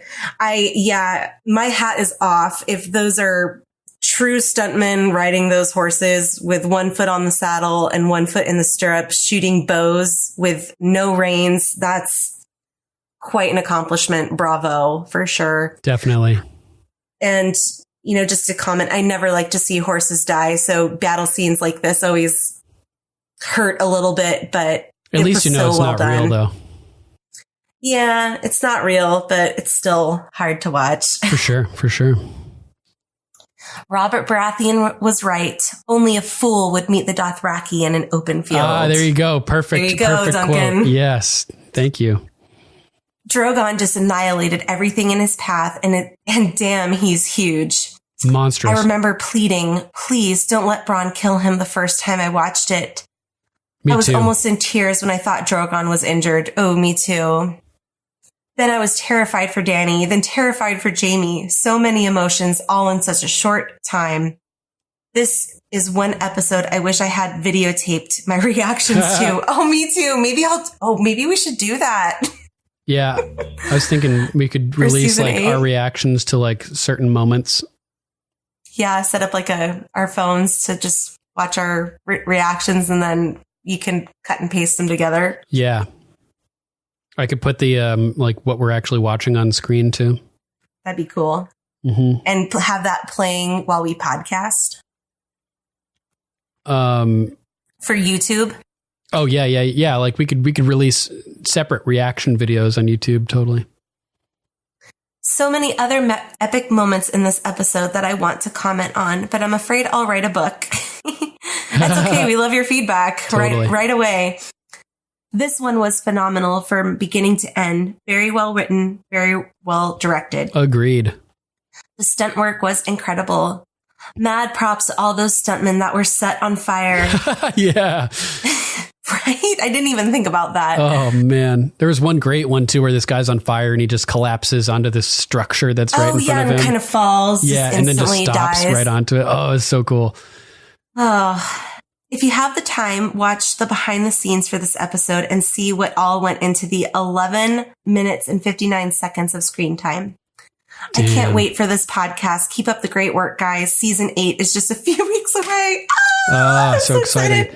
Yeah, great feedback. Loved everything you said there. Yes, thank you, Lady Lori. And I do remember watching something about the behind the scenes for this battle and the amount of people that they had on fire. I think it was like the most stuntmen on fire simultaneously on a set on screen, like ever at once or something like that.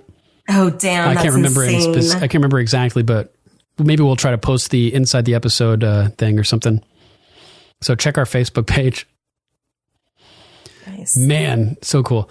Sir Patrick of Hindsight. The subterranean cavern walls below Dragonstone are covered with petroglyphs that suspiciously resemble famous hollow earth diagrams from history, particularly those of John Cleves Sims and Edmund Halley. I imagine that during the long night, humans, the children, and giants alike had to take refuge in subterranean caves like these. I'll bet we see similar carvings deep within the crypts below Winterfell. Ooh. They were probably in the catacombs deep below the stony sept, and I'd wager they once existed deep within the mines below Casterly Rock. I wouldn't be surprised if all of these places are somehow connected via a vast network of caverns and tunnels. That would be cool. I love tunnels and caverns. There's stories about huge tunnel networks like this existing throughout like the Amazon too, leading to the lost city of Z and whatnot. Worth looking into. Oregon State has catacombs underneath all the roads. Nice. And Oregon State is said to be haunted because Ted Bundy killed a girl in the catacombs at Oregon State. Oh, interesting. They sealed them all off. If you go down into the basements of all the dorm rooms, into the basement, there's a door to the catacombs and they're all sealed off. Damn, that's hardcore. There's also a bunch of underground catacombs in Portland, Oregon, that were involved with the Shanghai operations. Yeah, exactly. Yeah. Great episode of Cities of the Underworld where they cover that, go down in the tunnels and show all about Ghost that. Adventures does one too. Nice. If you're into ghost adventuring. Yeah, there's tours that you can go on of those nowadays too. Sir Patrick continues, Jaime either jumps into Blackwater Rush or Blackwater Bay. In either case, it's salt water. Jaime seemingly defies certain death amidst salt and smoke. Azor Ahai confirmed? I can't say, but one thing I'm certain of, anytime the writing on this show appears bad or lazy at first glance, there's actually something sneaky and clever going on if you examine it closer. Well, if that's the case, then help explain the sand snakes to me, Sir Patrick, please. Aside from that, though, I agree.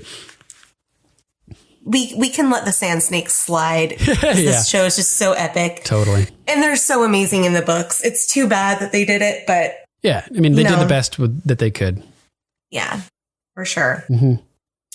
Lady Sarah of House Larkham. What an action-packed episode. Oh, yeah.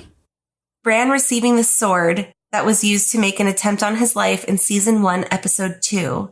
And Bran saying back to Littlefinger, chaos is a ladder, giving Littlefinger the creeps. He totally got the creeps for sure. Oh, yeah.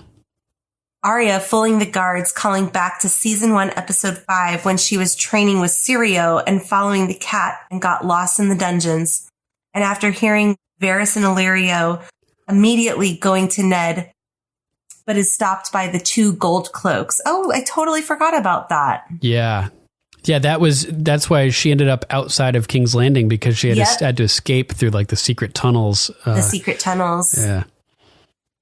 Sansa and Arya reuniting since the day that Ned was executed.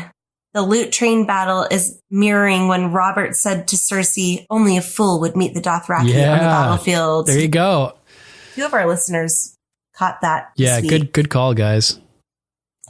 When Jaime is in the water, he is falling like Bran was falling when he was pushed out the castle wall. Oh, fuck. I didn't even realize. Oh, that's hilarious. That's totally, they're like exactly the same position. Really good catch, Lady Sarah. That's awesome. That's awesome. Damn. Thank you for writing in. Yeah, always good to hear from you. Lord Chris of House Saywell. He has a picture of a regular lake where it shows like somebody on a horseback on the side, and the slope of the shore gradually gets deeper and deeper. And then it says true for a lake, but I think this is a river. Oh yeah, it's the Blackwater Rush is a river. Yep, and then this picture below says Game of Thrones Lake, and it's just like a cliff, like a 90-degree angle. Yeah, it goes from like a couple inches of water to like 40 feet of water. Oh man! And he says the Mariana Trench Lake. All right, the Mariana Trench. Yeah, lots of laughing emojis. Totally. It's true that the Blackwater, where he falls in, got deep so fast. It's like ridiculous. He falls into like a vast expanse of water in every direction. And there's no hint that the shore was like 2 feet away from him. Ridiculous. Totally. Hilarious, though. Next, we have an email from Lord Jeremiah of House Carpenter. Greetings from Lord Jeremiah of House Carpenter, The Level. Oh, I love that title. That's great. First of all, I love the podcast. You have such a great dynamic, and I appreciate how much time you give to each episode. Thanks.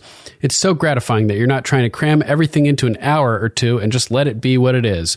I found the podcast well after the rewatch started, and it has taken me some time to catch up since I wanted to listen to every episode. My job lets me listen to audio media freely, so I've consumed sometimes 3 or more in a day. Wow, that's hardcore. Thanks, man. I also stopped to re-listen to the books when I got through some of the Still Smug episodes, which took a couple of weeks. I'd hoped to get this in before episode 100, but here it is. My theories about Arya and the Faceless Men. In season 2, episode 10, Valar Morghulis, when Jack and Hagar offers Arya the coin of the Faceless Men, he tells her, a girl has many names on her lips. Joffrey, Cersei, Tywin Lannister, Ilyn Payne, the Hound, names to offer up to the Red God. She could offer them all, one by one. This gave me the main idea for my theory. Why would he tell her that he would train her to get her revenge if she is supposed to let that go, become no one, in order to join them? What is his purpose, and why do the faceless men accept her without having to become no one? In the House of Black and White, Jaqen tells Arya the story of how the faceless men came to be. They began in the mines of Valyria when a man began answering the prayers of slaves by killing their overseers. Eventually, he had to train others and a revolution occurred. Arya has prayed for the deaths on her list literally every night for several months. They have heard, perhaps by some magic at this point in time, or because Jaqen just happened to overhear her on the road. Although, I don't think he was there by accident. How did a faceless man of his caliber get captured? He seems to be in charge of training novices, or is possibly the head of the order. Also, he asked her to set him free, and then said she owed the many-faced god for doing it. Seems like a ploy to stick around and help her escape. So why not kill the people on her list for her? Why let the waif try to kill her? And why doesn't she have to be no one? There are probably a few reasons to train her to kill her own targets. One is that she already demonstrated her skill and ability. Another is that she is flat broke. Despite being born of a great noble house, they are in ruin at this point, and she is on the run for her life. There may also be some magic or power in the intensity of her prayer. I would imagine few develop that strong of a drive to get their revenge. I think they let the waif go after her as part of the whole death must pay for life deal. Perhaps one novice must kill another in order to become a faceless man. Maybe he knew Arya would win, and he thought the waif was unable to advance in her training. She had been showing clear signs that she has some sort of vendetta or malice towards Arya. Jaqen could possibly see that as tending towards sadism, and my sense is the Order doesn't want psychopaths. Her chasing Arya through the street and brutally killing Lady Crane helps show her unworthiness. Good call. My guess to the last is that it's just kind of an expression. Not really that they are, quote, no one all the time, merely that they are ready to inhabit the mind and body of the face they wear by mastering some technique or mental trick or even magic. Jaqen isn't stupid. And the faceless men are likely very well informed. He probably knew Arya would try to kill Meryn Trent. I think he punished her for being too obvious. The faceless men are supposed to kill unseen. He sent her to kill Lady Crane, knowing that her training was done, that seeing the play would spur Arya into carrying out her revenge. I also think that letting her get her revenge may be the final act she must do to become a faceless man in truth. Arya doesn't have much to look forward to after she has finished her list. She likely won't inherit Winterfell, and she isn't interested in marriage. Arya may very well choose to return to the House of Black and White when it's all over, having nothing else driving her life. As to how Arya heals so fast, I think it's due to how time translates onto film. It's hard to portray how much time is actually passing without being super obvious or clunky. D&D have said that events on film are not always in order, and what seems like the next day could be a couple of weeks. For instance, the time trip to from Winterfell to King's Landing with King Robert supposedly takes the better part of a year. It's possible that Arya has been tended by Lady Crane for longer than it seems to us. That's it. I hope you like it. Keep up the great work. P.S. Duncan, where can we find your music? Do you have it available for download or purchase? I can send you any of my music that you'd like. I guess I'll email you back and we can figure it out, and I'll just send you what I have. If anybody else wants any of my music, just feel free to email us at ravens@gameofmicrophones.com, and I'm happy to send it over. Thanks for your email. Great to hear from you. Lord Jeremiah of House Carpenter, The Level. Thanks for writing in, guys. Yeah, thank you.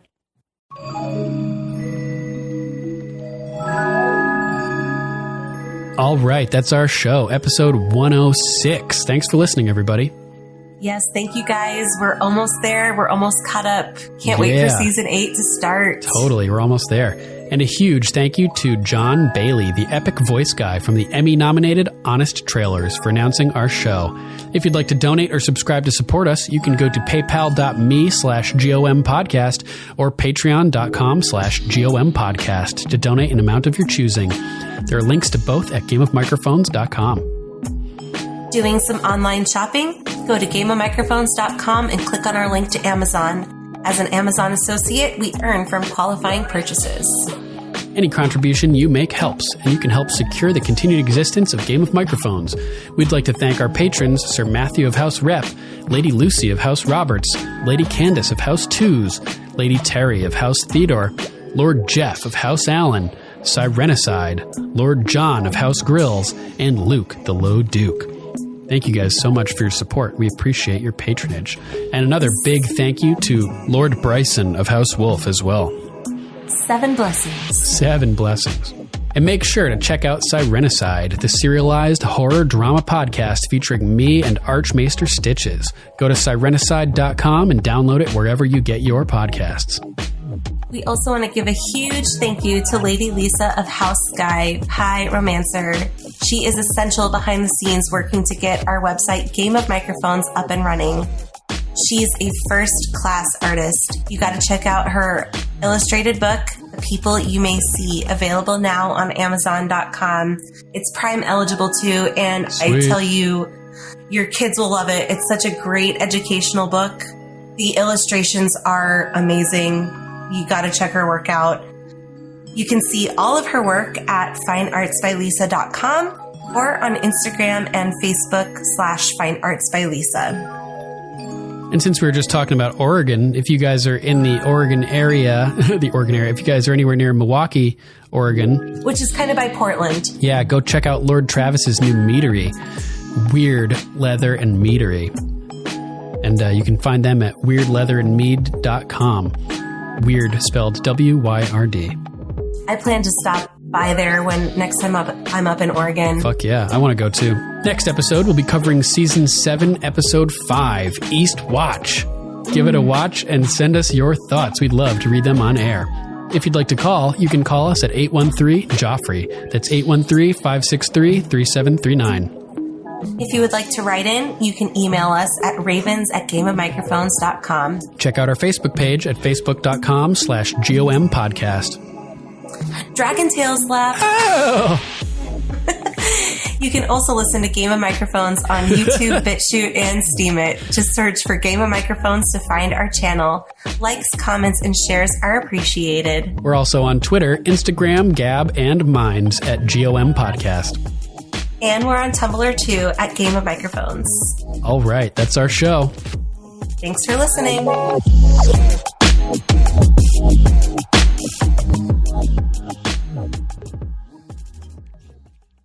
Come on, you fucker. Dracarys.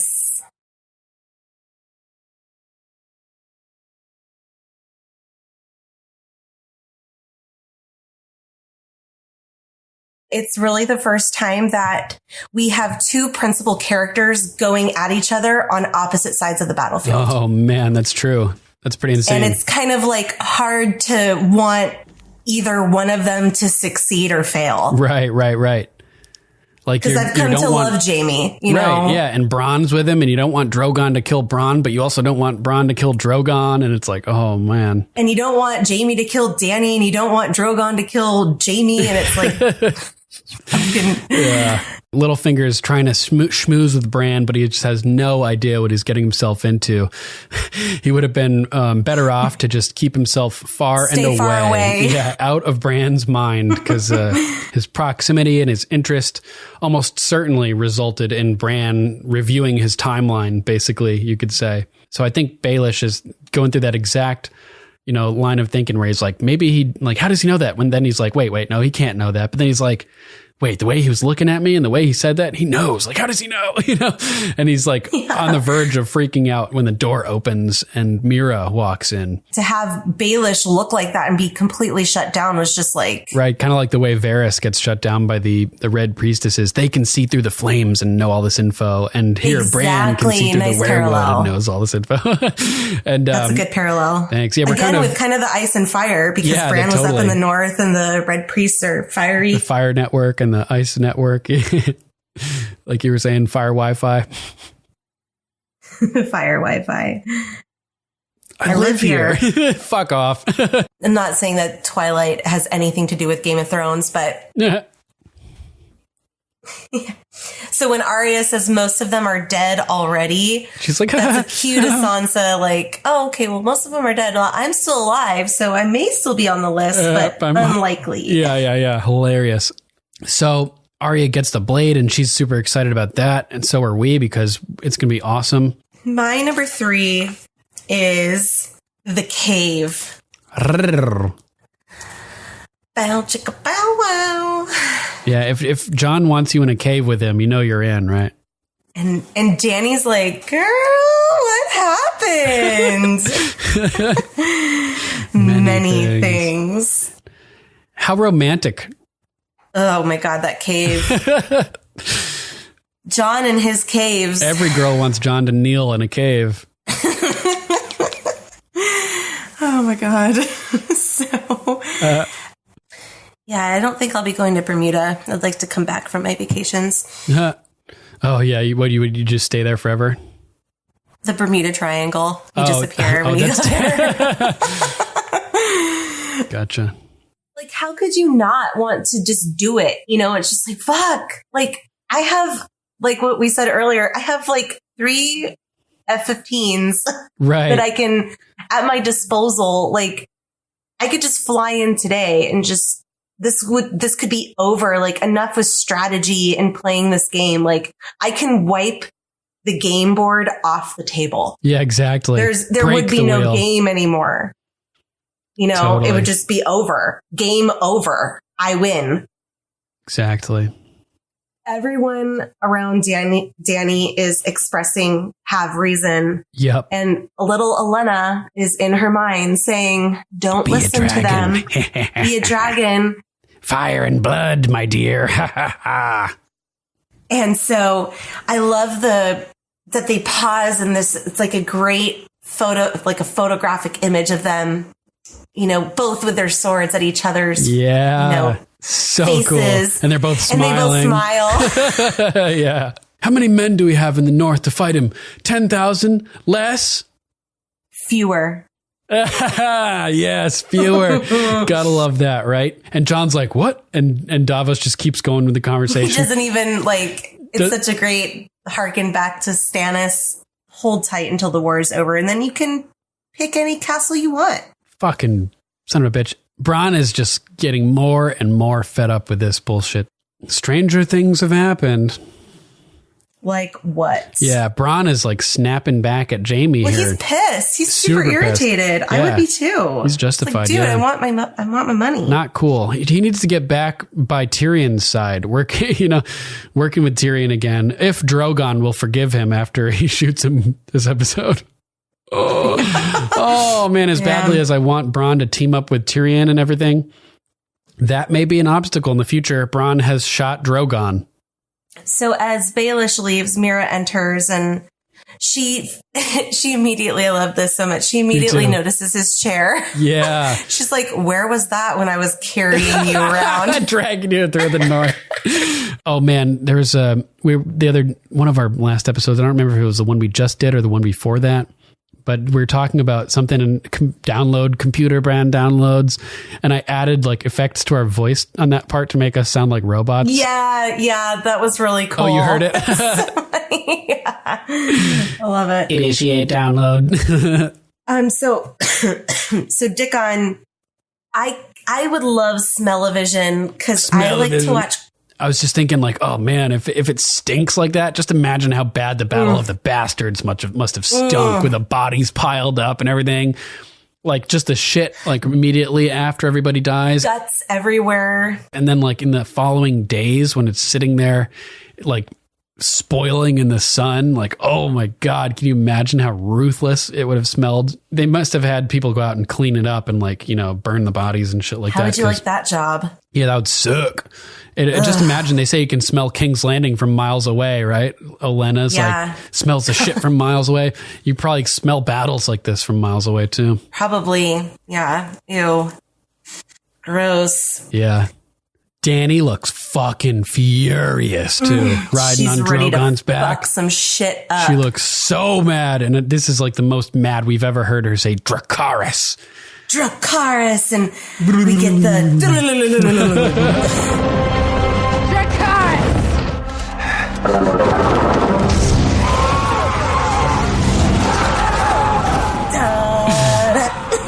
Yeah. And the Lannister soldiers just go up in flames and they start screaming. Everyone's in shock. And Dickon just barely avoided not being roasted here, and looks at him through the flames, and his sword is just dangling downwards.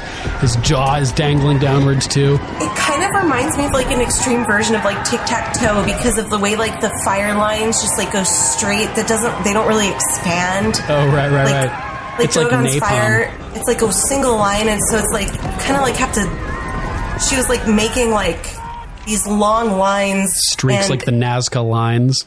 Yeah, you could be like on either side of this fire line and survive, but the people like right down the center, you're just incinerated. Like literally turn to ash almost immediately, blowing away in the wind. Oh yeah, we get that a little later on in the battle, and Jaime like looks epic. away. Epic. And just like clashing together. Full force. Just bang, bang. Things just bouncing off each other and colliding all over the place. I was seriously like standing up at this point. I was like, this shit is about to go crazy. This is going to be the most epic scene on the planet. Archers. And Dany rides up into the sky, rides way up into the sky, and she keeps doing this, like riding upwards and then just coming flying down and dive bombing just over and over. It's terrifying. It's so amazing. Oh, so you're throwing sticks at a dragon? That's gonna you brought a pebble to a machine gun fight? Yes, exactly. And he just unleashes that big ass spear bolt. And it just impales this guy and launches him back into another tent. It's just like that guy on top of the wall when he gets hit with a giant's arrow, goes flying through the air. Same type whistling through the air. Yeah. And he whacks the scorpion with his tail. Finishing He's like, the job. Motherfucker. Smashes it like, fuck you. And I'm just thinking, oh my God, like, you knew you were entering battle and you didn't have any fucking armor built for yourself or anything. Like, she's got nothing on. Like a regular old jacket. No helmet, fucking helm. No plate. No mail. Not even leather. Not even leather. And she's pulling out this thing, just a sitting duck. Wilbert, the little lion, came face to face with the king of the rock. The king had a Valyrian steel sword, Bright Roar, the ancestral sword of House Lannister, and chopped the little lion to bits. But as Wilbert was dying, he drove his dagger deep into the gap in the king's armor and killed him. And the Westerlander army collapsed and the Reach was saved. So this figure, the little lion, put his life on the line and charged the opposing ruler in an attempt to end this conquest of his home area and saved the day. And like the little lion, now the white lion, Jaime Lannister, of a different family, but represented by a lion nonetheless, is trying to pull off a similar Hail Mary type sacrifice of himself to save the day. I want krakens, dragons, direwolves, war elephants, spiders, you name it. Ice spiders, yeah. Get it all. Direwolves. Exactly. Maybe even some grumpkins. And snarks. Yeah, fuck it. Ridiculous. Totally. Hilarious, though.